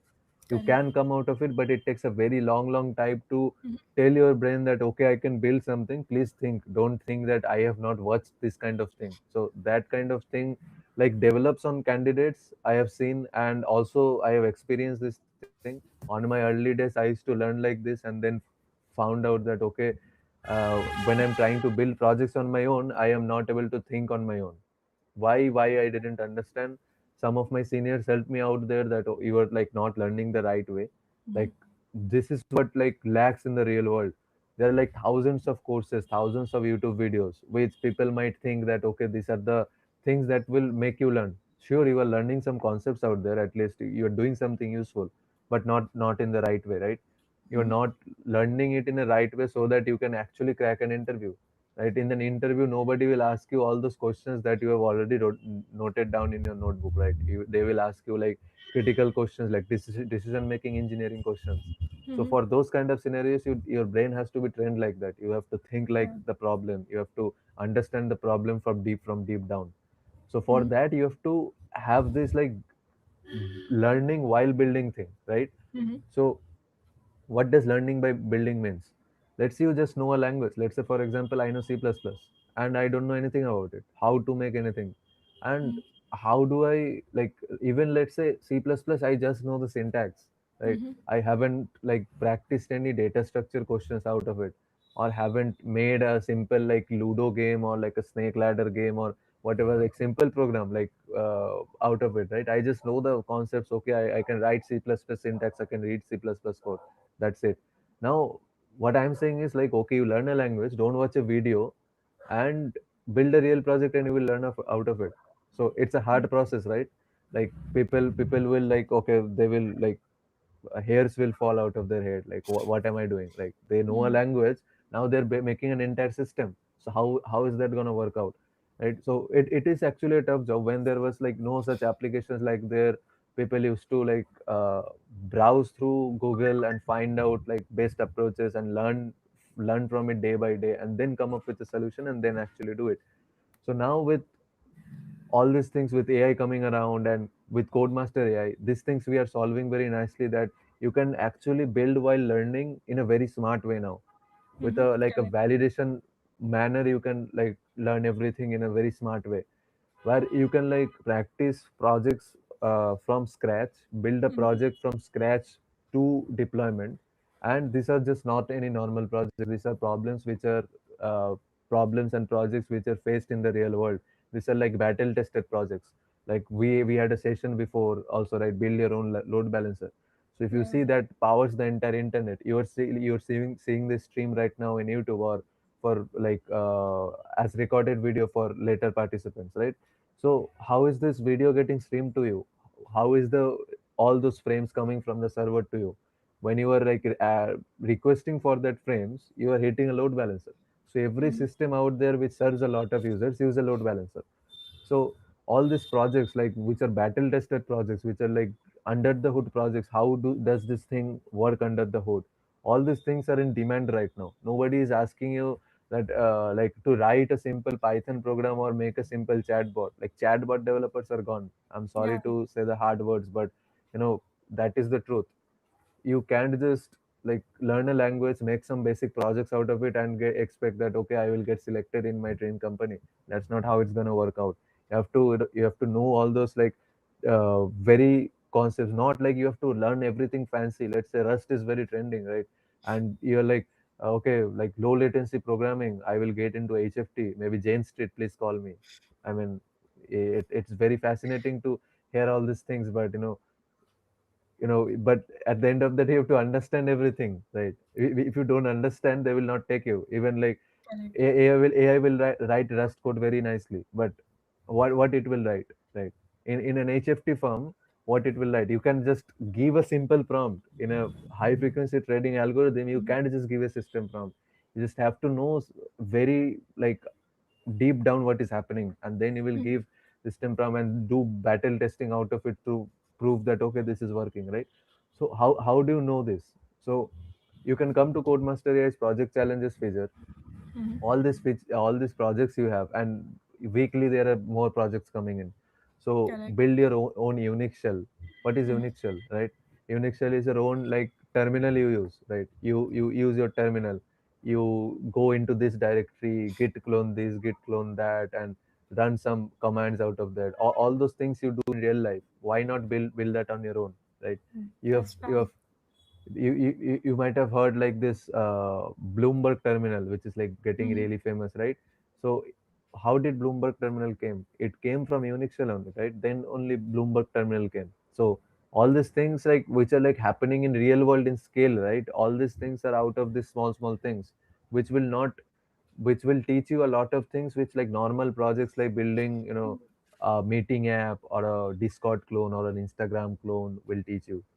So building out these projects, like build your own Unix shell, build your own garbage collector, build your own Python interpreter, and build your own load balancer. This teaches you all those hard concepts, all those like deep down concepts, which like trains you as a real engineer how to think like a real engineer under like real infrastructure scale. Hmm. So you can go into any one of the projects. Let's say go into build your own garbage collector, and there will be more languages getting supported soon. Right now, the best way to make a garbage collector is in our native C language, which is like very close to our operating system. And so you can what and another thing that project challenges feature gives you is, which is your GitHub sync, right? Let's say you're building this project and nobody knows you are building this kind of fancy projects or this nice project, so you can sync your GitHub with KodeMaster AI, and all your daily commits or whatever you are doing, it will just simply reflect to GitHub. And let's say you will read this content from this and code in VS Code. You don't want to switch tabs again and again. You can use our VS Code extension where you can like see all those content and everything, your test results, everything in entirely in your VS Code only. So all this like cool plugins we have where it makes your like building while learning journey very easy. But yeah, Hmm. moving on to the contents, and you can connect to GitHub, you can connect to VS Code extension. And this is a build your own garbage collector project challenge. You can This is the overview step where you will understand what we are exactly building. What the hell is a garbage collector? Like how does a garbage collector works, right? And what are the core concepts that garbage collections need? And all those DSA folks out there will know hash tables, mark and sweep algorithms, pointer arithmetic algorithm, restructures algorithm, right? You've learned a lot about this, Hmm. but what have you learned? Have you learned riddles only, or how to solve a Hmm. problem? So Correct. you have understood all those DSA concepts. Now it's time to implement it here. So you can see like hash tables, like stack scanning, all these things. People like die for this like topics. They spend months on it on these topics to master these things, right? Hmm. Let's say you learn the concept. Okay, you're good with hash tables and stack scanning. Now why don't you come and build this project so that you implement how hash tables are getting implemented in the real world, right? Yeah. So you can see this, we have a lot of steps, like all those steps are divided into multiple phases. Phase one is the foundation step, and phase two is the like hash table operations, then allocators, then mark phase, sweep and polish, and then all the way to deployment, right? So we have like from step 1 to step 20, you will like go from basic setup to applying algorithms, testing, battle testing your application, and all the way to deployment. All these things you will get in this application where you can like read this content, understand what you are doing, code yourself, and then apply it, and then go straight to deployment with your GitHub portfolio maintaining on the side. So it's a really good place to test your skills and understand good concepts and build good projects also. So as you can see, like you can like Yeah, so start. like I would like to just summarize what Shunjoy has been trying to say for all this while. That what differentiates you from other people is system thinking, and to inculcate that system thinking, you need to build projects. In order to ensure that you build impressive projects and real world relevant projects, Codemaster AI is a very relevant platform for that. And not only that, it the best feature about our platform is, which no existing platform has, is number one, it syncs to your GitHub, so you can flex or flaunt all those GitHub commits on your GitHub portfolio or GitHub profile, which is also impressive to the recruiter as well, because that shows that you are a very committed developer who is committed to solving problems on a daily basis. So that's a plus point for that. And not only that, every project, or let's say every phase of the project building, is divided into intelligent phases, or let's say structured phases, so that you are into which stage, or let's say which phase of project building, and before you dive into that project building phase, you know what you are building. So for that, we have the content of project challenges as well. And now you might be wondering, I come to a platform, it's showing on my GitHub as well, GitHub comments as well. This is the only thing that I can get from the platform. No, you are going totally wrong. At the end of the platform, you also have the feature to showcase, or let's say flex certificates of project completion on your LinkedIn profiles as well. So that's also another plus point of our platform, that people, or let's say we Gen Zs love to flex and flaunt our skills. So this is the right platform for you to flex and flaunt your skills, and just tell people that, hey, I'm solving a real world problem. Are you solving that? If you're not solving, you're already lagging behind that. Right, Sunjoy? Exactly, yeah. Hmm. So, like, from like step 1 to step 20, if you complete all these steps right here, you can see like you will unlock the certificate where, like as Divya mentioned, you can post in LinkedIn or any social media platforms you are using, where you can like gain all those attention that okay, you are building something new, something very classic and which gets used in the real world. So building all these projects, all this, giving all these mock interviews and all these things, now like another thing that is important, right? All those things that are needed for getting a job, like having practiced interviews, having built projects. Now what is the remaining thing? Have to have a portfolio. Codemaster AI is providing you to, sync your GitHub profile with Codemaster AI, so your daily operations get reflected in GitHub, so that like maintainers or any like recruiters can see and understand that okay, you are coding every day and understanding things and every day. And Hmm. there is this resume builder option here also, where like any take opportunities you have, you can like build your own resume here with based on like curated industry ready resume templates. ATS relevant resume. Yep. Where you Yeah. can like curate your ATS relevant resumes, and it is like the patterns and like the best templates which are used for all those like take interviews, where people see this kind of formats and how ATS really works. All Hmm. those like concepts are taken place here, where all those resume features you have, all those points you should have, which are like very ATS friendly. So let's say you have practiced interviews, you have practiced project challenges, and now it's time to make your resume. So you can like select multiple of those, Like resume templates out what there, and it will be. Shunjoy is saying, that is, freshers don't know how to build the perfect corporate friendly resume in order to ensure that their uh, resume is getting shortlisted. So at there, in the beginning of their journey, Codemaster comes into place. It is not just helping you in building your skills, it is also helping you in showcasing yourself in the most appropriate way, corporate friendly way, to the recruiters. Or let's say the first round is ATS shortlisting only. And to ensure that your resume gets shortlisted, it's really necessary that you follow an ATS friendly resume format, because there might be scenarios that your resume might be having the skills and all, but just because since AI is trained on patterns, it is not getting those patterns in your resume is not getting shortlisted. And this is a very basic minor mistake which every fresher makes, and I have also made. So like, telling this from personal experience, this is a really good feature of our platform, which is handy not just from freshers perspective, but also for senior roles also. You need to build your resume in ATS friendly way, because step one is to get your resume shortlisted only. Over to you, Shinjoy. Exactly, yeah. So as Divya said, like your like portfolio matters the first. You will get those opportunities of like presenting you and how, what things you know, what projects you have built, what are your interview skills, all those things. After you have a good portfolio, nobody will select you for an interview if they don't see a value in you. So your resume, your GitHub profile, your lead code profile, your LinkedIn profile, all those things are very important, so that people select you for your interview process. So keeping this like mock interviews, project challenges, resume building, and a lot of other features like coding challenges, this Project codes challenges, learning. courses.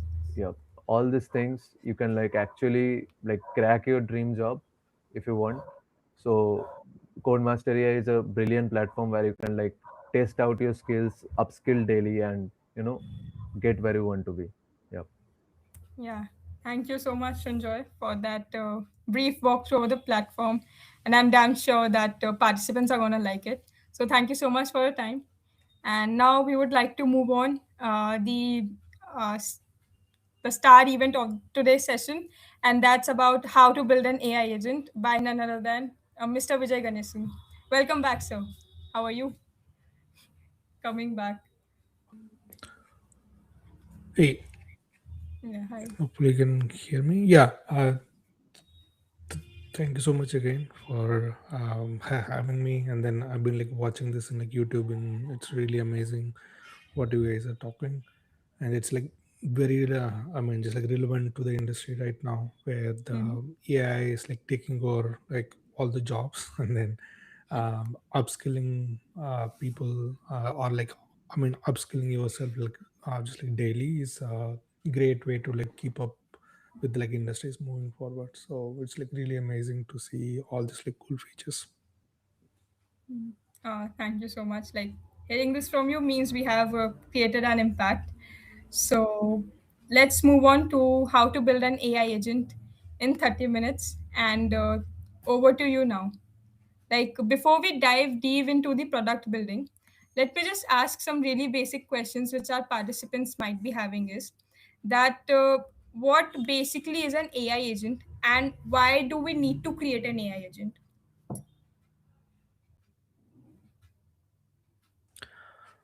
Yeah, sure. So we all know that um, um, like LLM. I mean, like at this time, like if you guys are watching, like you all like already heard about or like watch like a lot of YouTube's videos. So I'm not gonna go into like what is like theory based, but at Mhm. least in terms of like I mean just like realistic sense. um you might have used like ChatGPT, or you might be using a coding agents well. So the agents are like nothing but which can take action on like on your behalf or like on its own. So basically it just like takes an environment, takes LLM as a brain, and then use a tool and then act on it, and then just like respond on its own or on the loop. So that's what is the agent is. uh, I will go on like step by step maybe on this like different kind of agents, and then like how it goes through as well in a minute.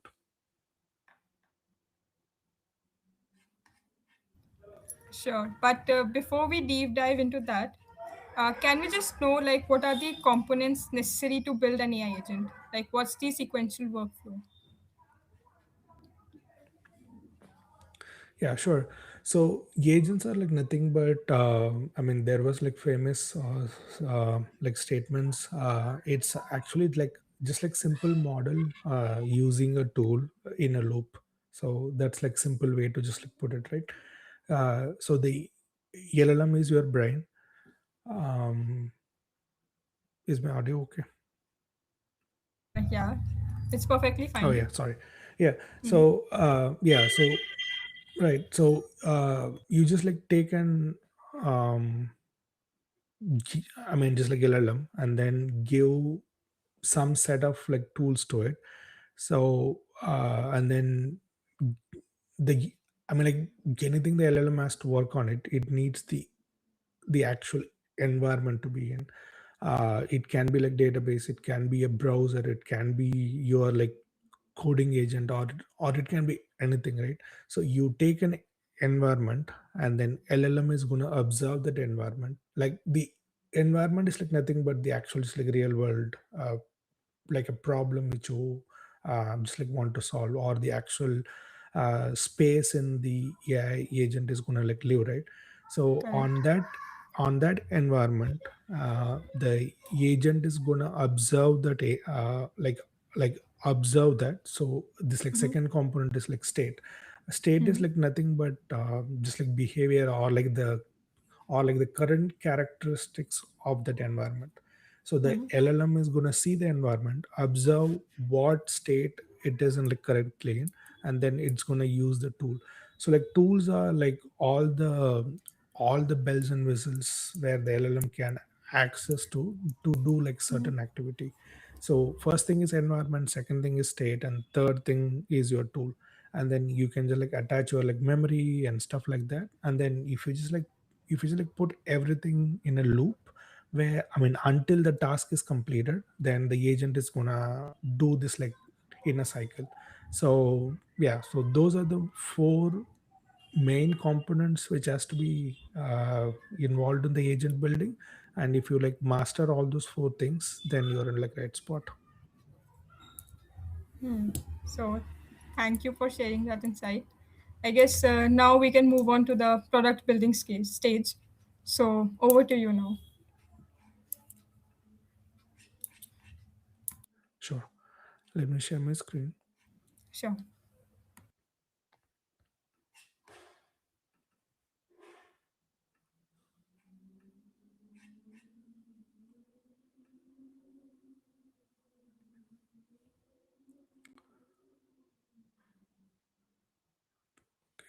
Give me 1 second.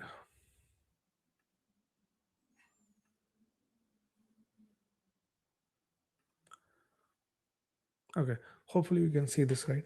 I think it's like more just like aligned to your like questions only. So we all know that just like the LLM is just like simple form of just like text input and like text output, right? So the LLM has like all the words knowledge, and then it just like got like trained on just like different data or like different details about the world. And then different companies are giving this like service, and then they all like built their own like I mean this like software development kit. And you don't like directly interact with the model, so you just like use the SDK. I mean, it's like a thin wrapper, just like put around your actual model itself. So as a user, you talk to that like the software SDK, and then that will talk to the LLM, and based on your like question, it just gonna like response.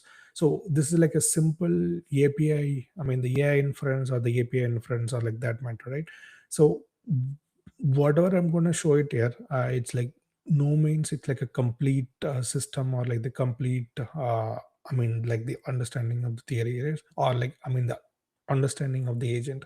So all I wanted to just like give you guys like a kind of like mental model where you can understand the overall architecture, what are all the components it just like used, and based on that, you guys can like think through and then just like build on your own. I'm gonna like take maybe into like 5 steps, um, and we have just like 30 minutes, and I'm gonna use AI and then say that, hey, like build me a full coding agent and then make no mistakes, and then uh, go ahead and then just like conquer a world. So that's what I'm gonna say. I'm just kidding. Okay, so like that's not gonna build anything. I mean, if you just like give that like prompt, it can very well build it, but the idea is like not the build the actual solution itself, but to kind of understand what is like system behind it is, right? So like that's a goal. So this is our like first step. I'm gonna take each step and then show you guys the code as well. I actually prepared like little code to just like save time. um so this is like written in like Python, and like the like a full agent is like almost like 100 lines of code. I mean, it's like pure Python with like few libraries, like that's all. So this is like a step one, and you can just like focus on this maybe like few lines here. This is the OpenAI, the SDK I was like talking Vijay, about. So your you just like screen is not. initialize the actual library. Yeah. Vijay, your screen is not visible.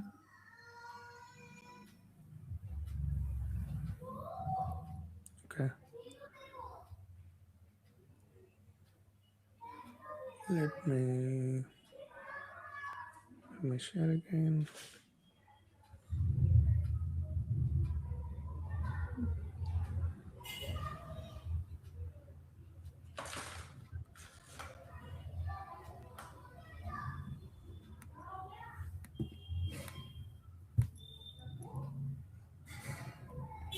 Okay, give me a second.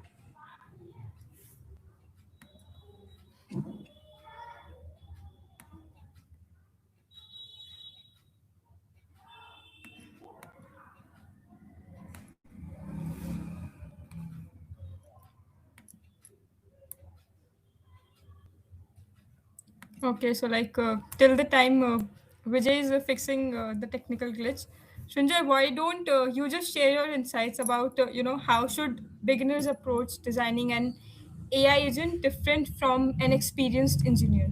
So like, what's the difference in approach between the approach of beginner and experienced engineer? Over to you. Designing an AI agent One different sec. from an experienced engineer. Think. So like, what's the difference in Yeah. Sorry. Yeah. Yeah. To answer your question, so what I think is like if you just know simple programming and have not tried building an AI agent yet. So as Vijay mentioned, AI agent is just an AI API call with some tools available to it, and you like make the LLM call those tools to make certain changes in your application. Like that is what it is. So you can make an call an AI API, write some tools, read some documentation how to make some tools, and make things out of it. So that is I think that's the beginner step out of it, like how what to do, and Mm-hmm. not like understand first like what are all the AI agent architecture, what is like what memory architecture we have to follow, what are the different tool call design we have to follow, all those things. I think the best ways like the easiest first principle ways to like make some basic tool call, make an AI API call, make that particular LLM call that tool to be make some operations. So I guess that's the like the beginner's way of learning how to make an AI agent. Okay. Over to you, Vijay now. Yeah, sure. Yeah, that's I mean that's like right way of like putting, right. So we are actually just like taking like very like naive way of like building this as well to just like kind of understand, right. So this is like a first step, as I was saying. So if you just like see, this is like a client which is from the OpenAI. You just like pass on whatever the question you want, and then it just like takes that as like text input, and it just like gives you like text output. Like that's all it is. And this is not the agent, by the way. Like this is just like a simple API inference, or just like hello world of like any AI agent. I just like call it that way. So we can ask some question with with this like a few lines of code. uh, you can build your like kind of chatbot, but it doesn't like remember anything. It doesn't have any tool on i mean its own disposal. So I'm gonna ask it like, say, hey, maybe like the famous thing, right? Like tell me a joke.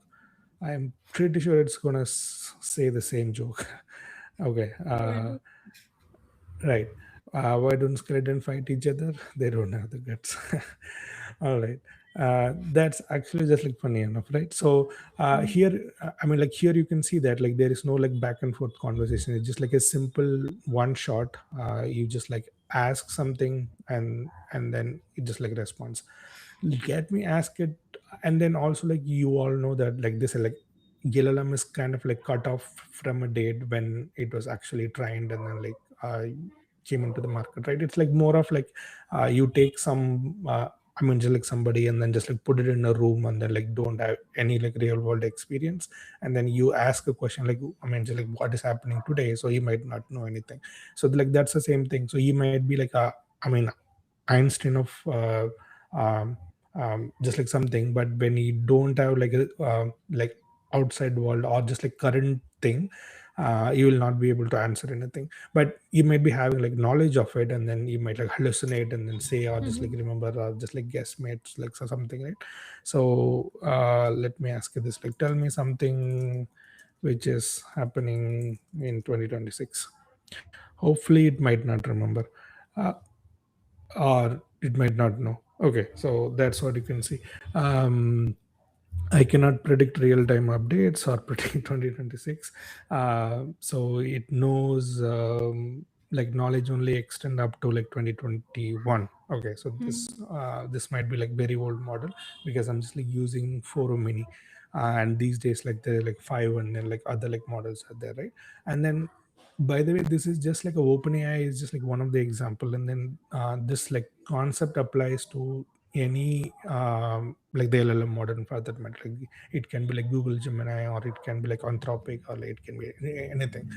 I know, I mean, like it's all boring because this is all like very hello world of things, but I just want to just like compare like what is like a basic API into like all the way into like a agentic world. Like what makes it like agentic, right? So I will just go into this like second thing. Hopefully you can see it.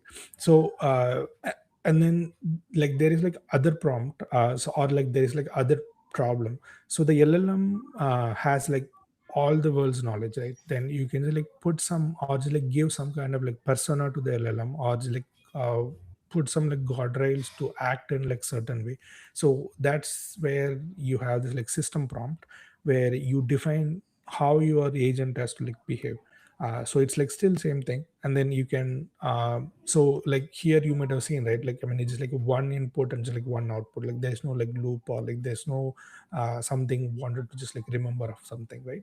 And then you can add a session memory which will kind of like remember for that time, like whenever you're just like talking. So it has like memory now. So just like think of like child, right? Like child learn from like real world environment, and then it like uh I mean like a like brain stores it, and then like the day by day like the child like sees the world, like more and more data I'm gonna see it. So it's like more of a same thing. So like now the user can ask a question to the LLM. It has like certain like persona, and then it has like session memory, and then just like combining all these things, it can like perform like little better. So just like given a time, I'm not going to show this one. Maybe like directly go to like a third step. So this is like somewhat of the like the agent, but still it's not like AI agentic coding or like the agentic engineering sense. So you still keep this like system prompt, you have this like LLM, and you have like session memory now. And then say you are like chef, and like that like chef is like amazing like cooking all those things, it does like all the world cuisines, and then like all the knowledge. But if you're not giving like vessels, and then if you're not giving like actual things to cook, then she'll not be able to cook, right? Or like he will not be able to cook. So like that's the same concept. Like the LLM is kind of like genius, and then like knows all the stuff, and like now it has like memories. And now if you're not giving it tools, like just like tools are like nothing but like something what the agent, or like what your system wanted to just like reach out to like do like real world tasks. So like that's a tool. So you just like combine all these things. So now the agent can like decide what it can do, and then perform certain action, and then like get a result. And this is also like kind of like one shot. So like user gives something, and then like LLM takes it, and then it has like its own like persona, and then it can store like related just like session, and then operate on it, and then like give you like response. But like this is also not like a full cycle, or like a like just like self-containing the just like agentic thing, right? So that's where those like a fourth evolution comes into the picture.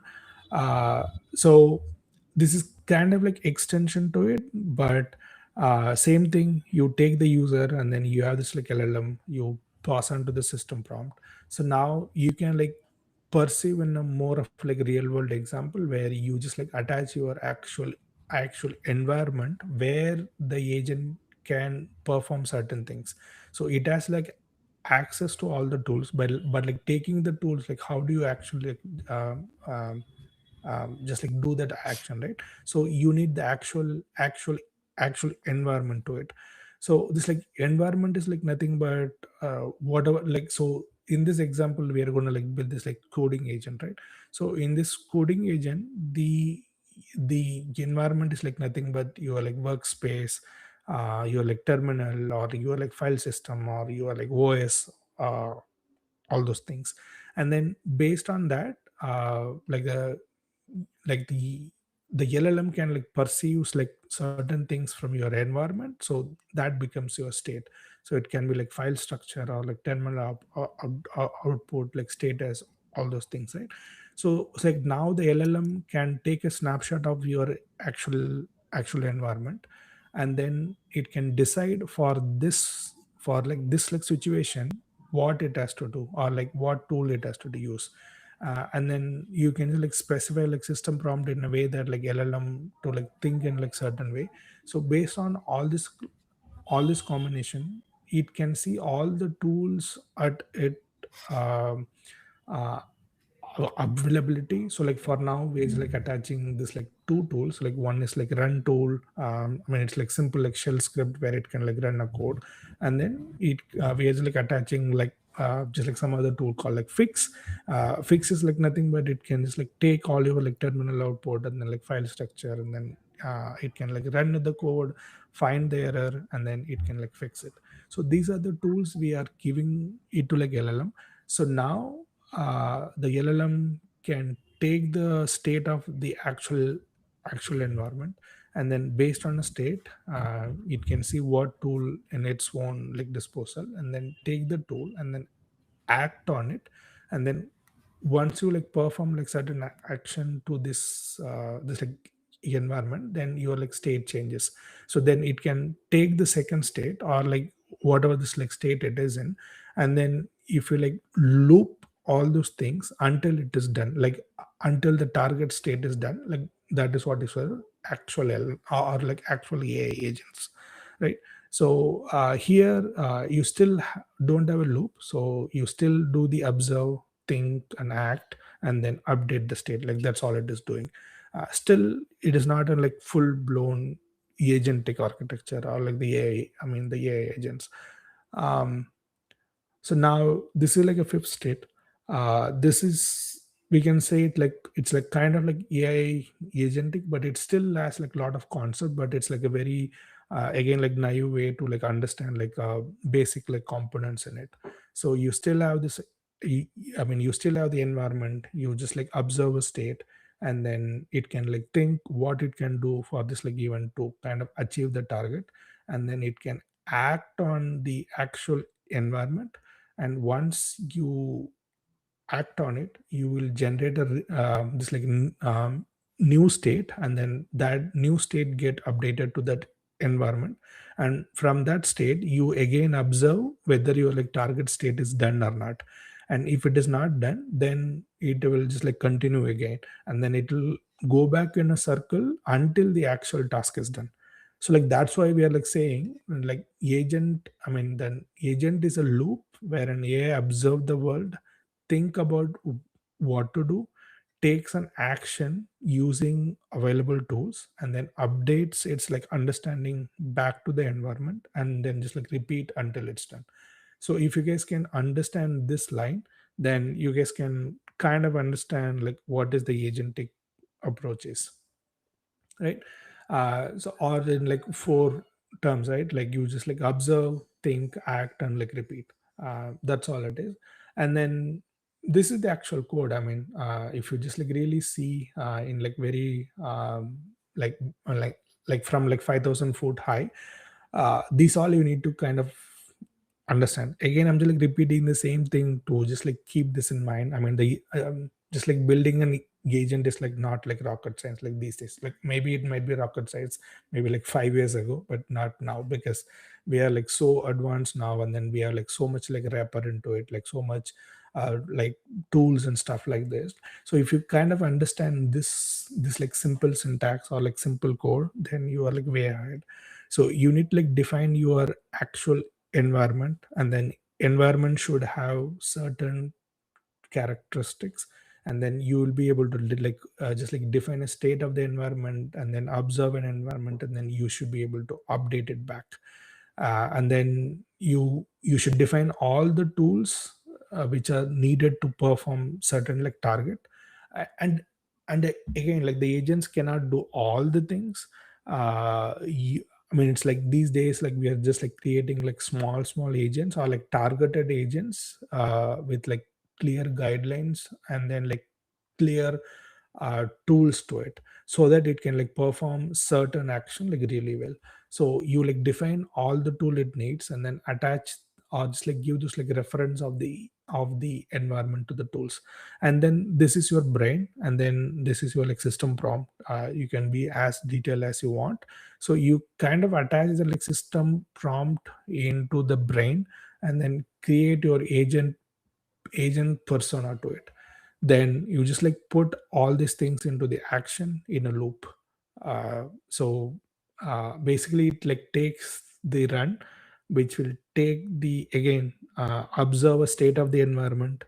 It will understand what action it needs to perform based on a state, and you kind of find the tools and then take the action and then perform that action. Your observation is the new state from that environment, and then update that state, and then again go back and then see whether your like target task is done or not. If not, again go and then like find a state and then just like give it to that. So you just like keep doing it until it's done. So again, like the same kind of representation. So enough with all the boring like concept. Let's take this like real world example. um, Hopefully you guys got the idea, like what we are building here. Yeah. Okay, cool.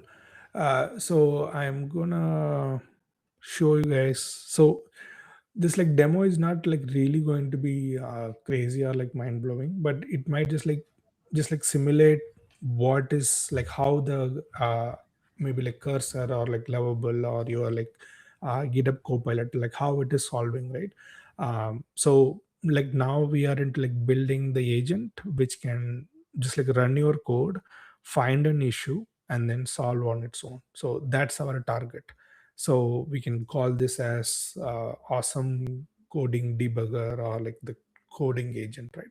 So this is, I mean, you can just like hide this. So this is your like source code. Your like simple, uh, like the entry point where you're just like calling the helper function to just like multiply, and then you are taking a sum and then just like giving it. I can go ahead and then like execute the code, and there are like just like couple of bugs in this code. We can see it here.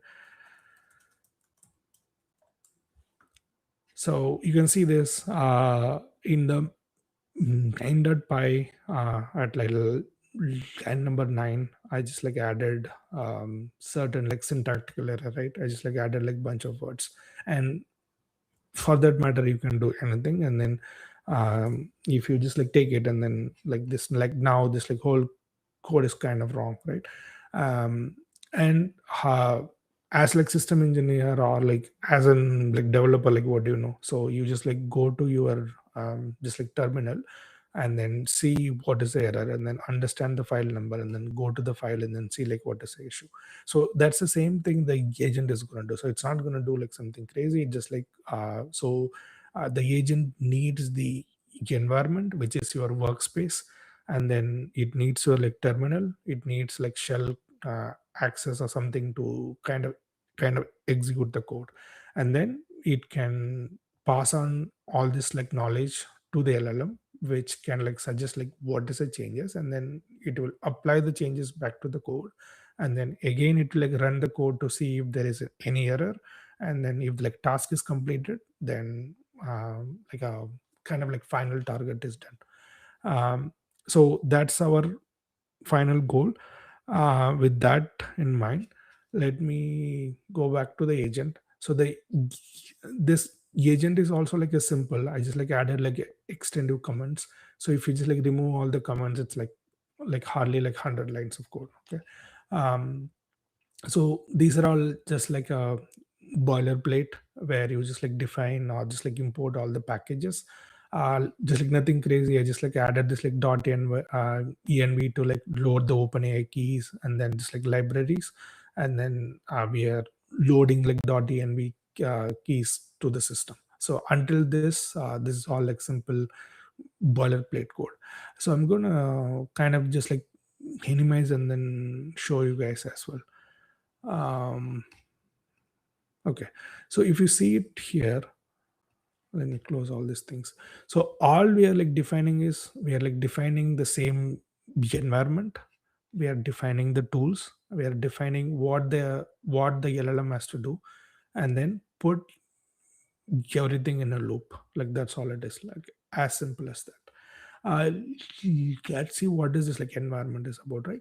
So since this is going to be the coding agent, it needs to, like as I was saying, so you need to have this like workspace, and then like shell command, and then like what is the std out, like what is the std thing.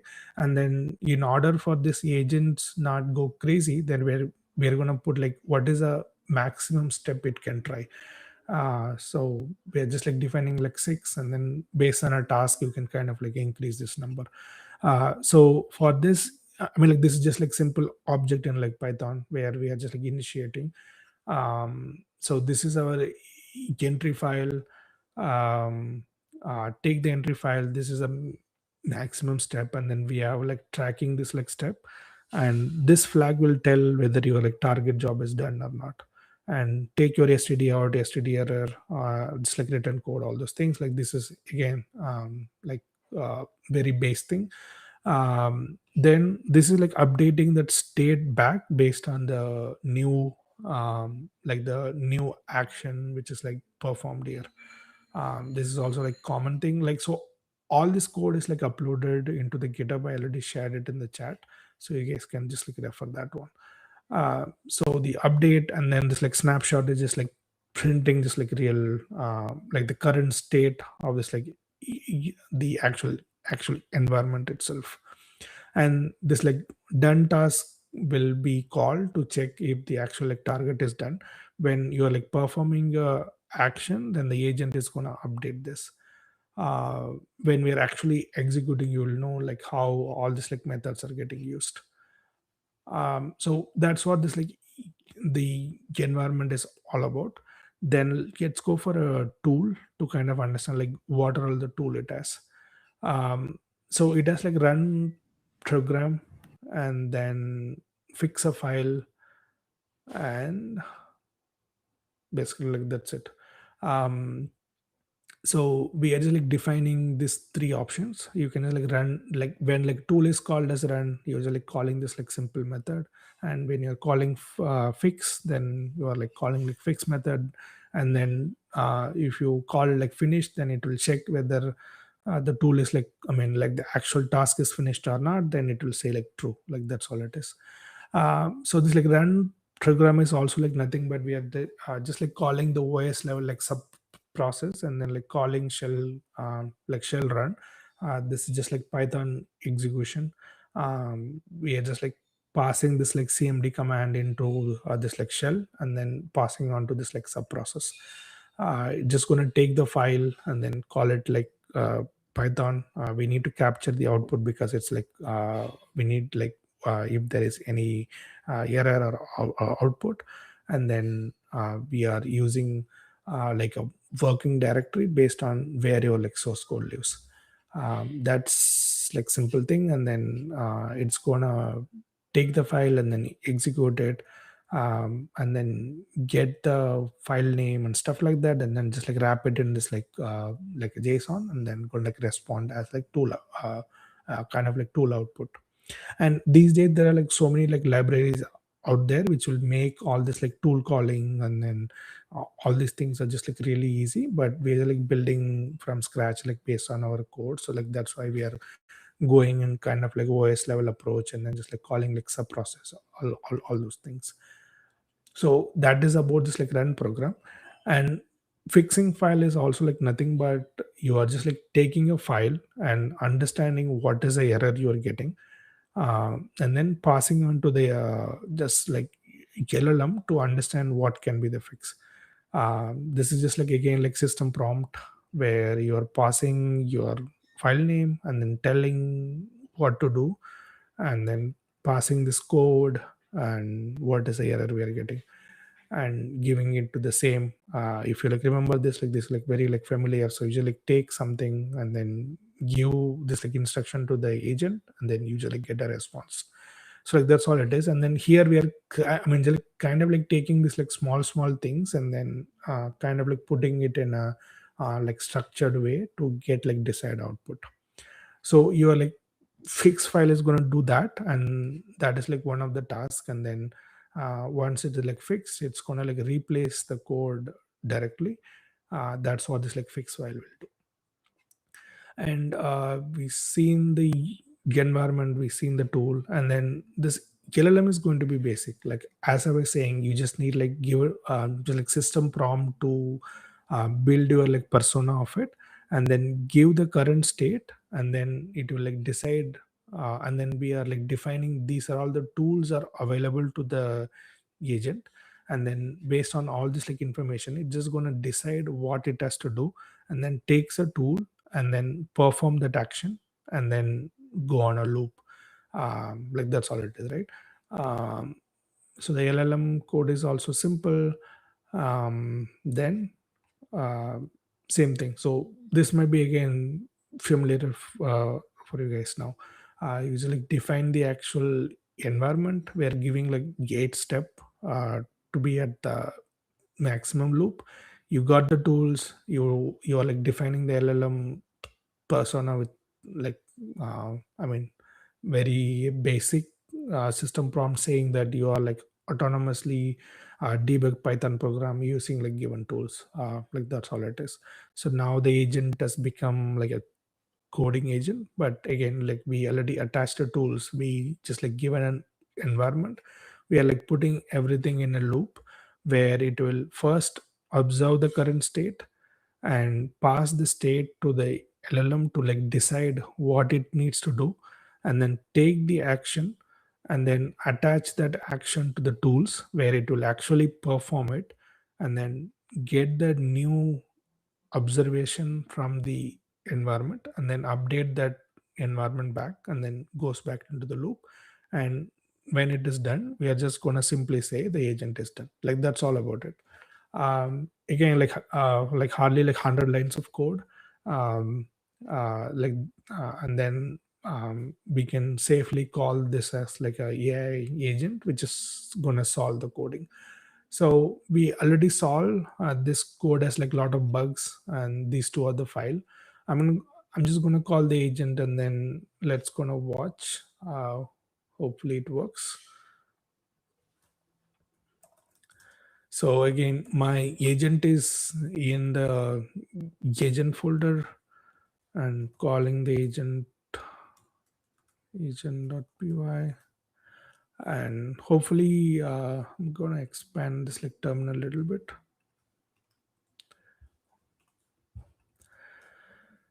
Okay, so when it is doing, this is like a first pass. Okay, let me see. Uh, dispatch is failing. It is calling sub process, but no such file. Okay, let me see if we are given the actual the code path.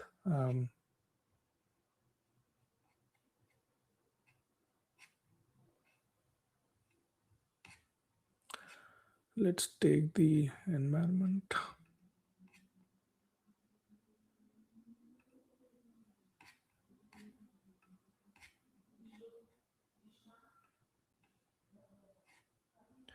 Okay, entry file, it's taking. Okay, when we are entering the tool, I gave the wrong path. So the code is in the root. So that is what the project directory is all about. So you are giving like a workspace as your project directory so that it can kind of understand, or like even like this can work from like some other if you're like different source code where you're like facing an error and then just like keeping the agent code isolation, then you can give the actual path of your project, and then it can do it. So if you actually see if you go to any like cursor or the coding agent, it's like exactly doing the same thing, but it has like more like fancy UI and stuff like that. So it has to understand what is your file, what is the problem you're solving. So it has all the tool access to it. So it just gonna get the context and then find the files, execute the code, and from that code it's going to like suggest you the changes. But now we are like directly up applying the changes here. Let's re-execute this, and hopefully this time it works.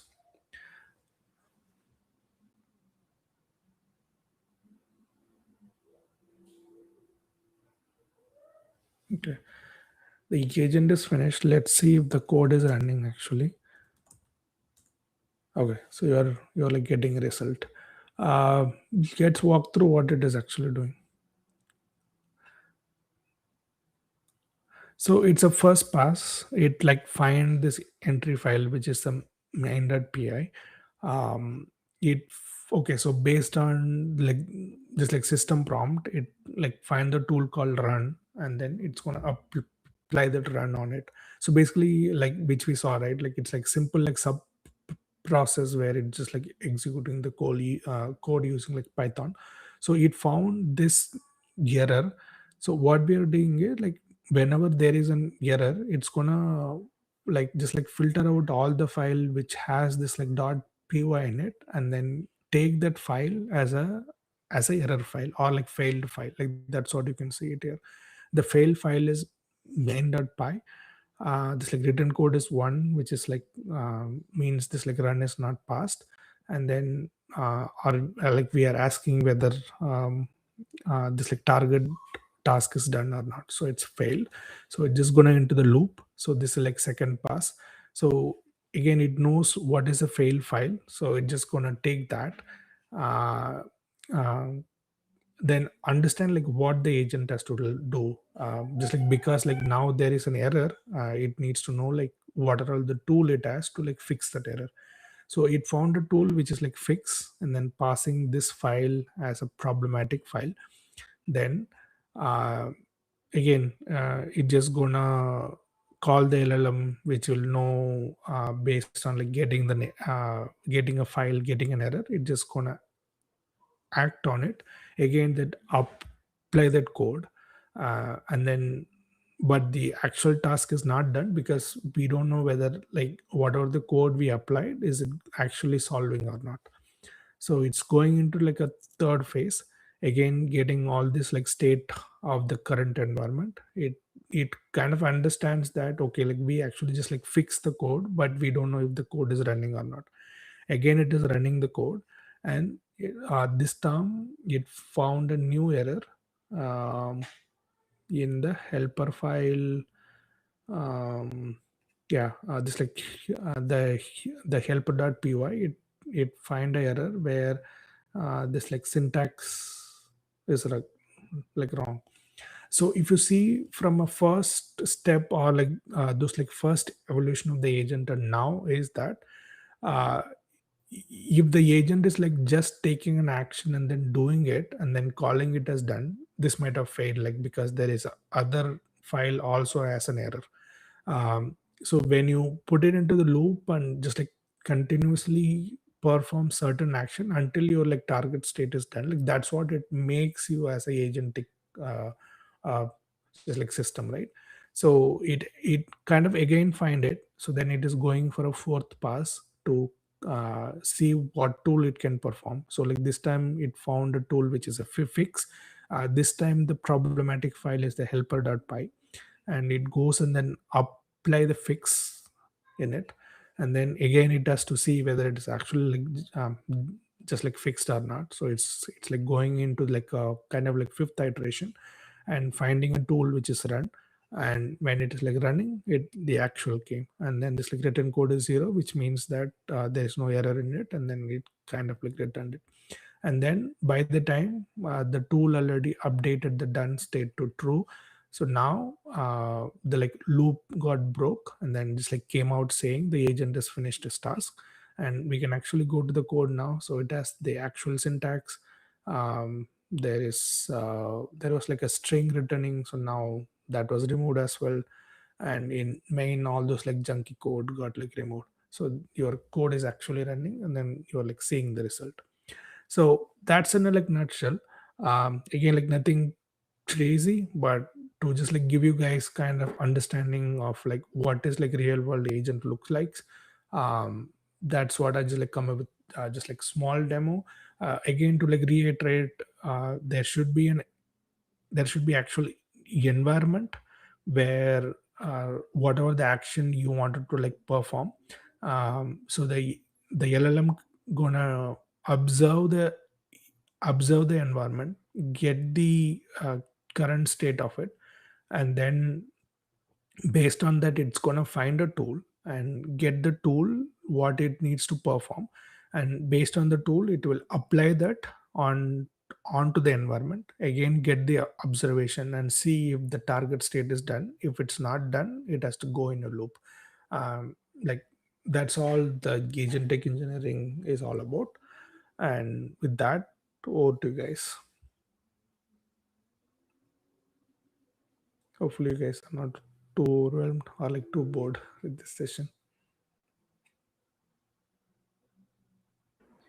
Yeah, it was a great implementation. I mean, like every like coding agents we use, it is like the same kind of architecture principle they follow only, and it is like just made on a big scale. Yep. So that's the like basic principle people need to understand while making agents. Yeah, that's really impressive. Yep. All right. Yeah. So Divya, you wanna take it? Yeah, I mean, with this, we finally come to the end of the session. So, thank you so much, Vijay, for the insightful implementation and great implementation for building the AI agent. It was very Yep. insightful. And thanks to Thank everyone you. for watching this webinar. And yeah, I mean, with this, we come to the end. Have a Yep. great day, all. Thank you all. Bye, Thanks. guys. Bye. Thank you.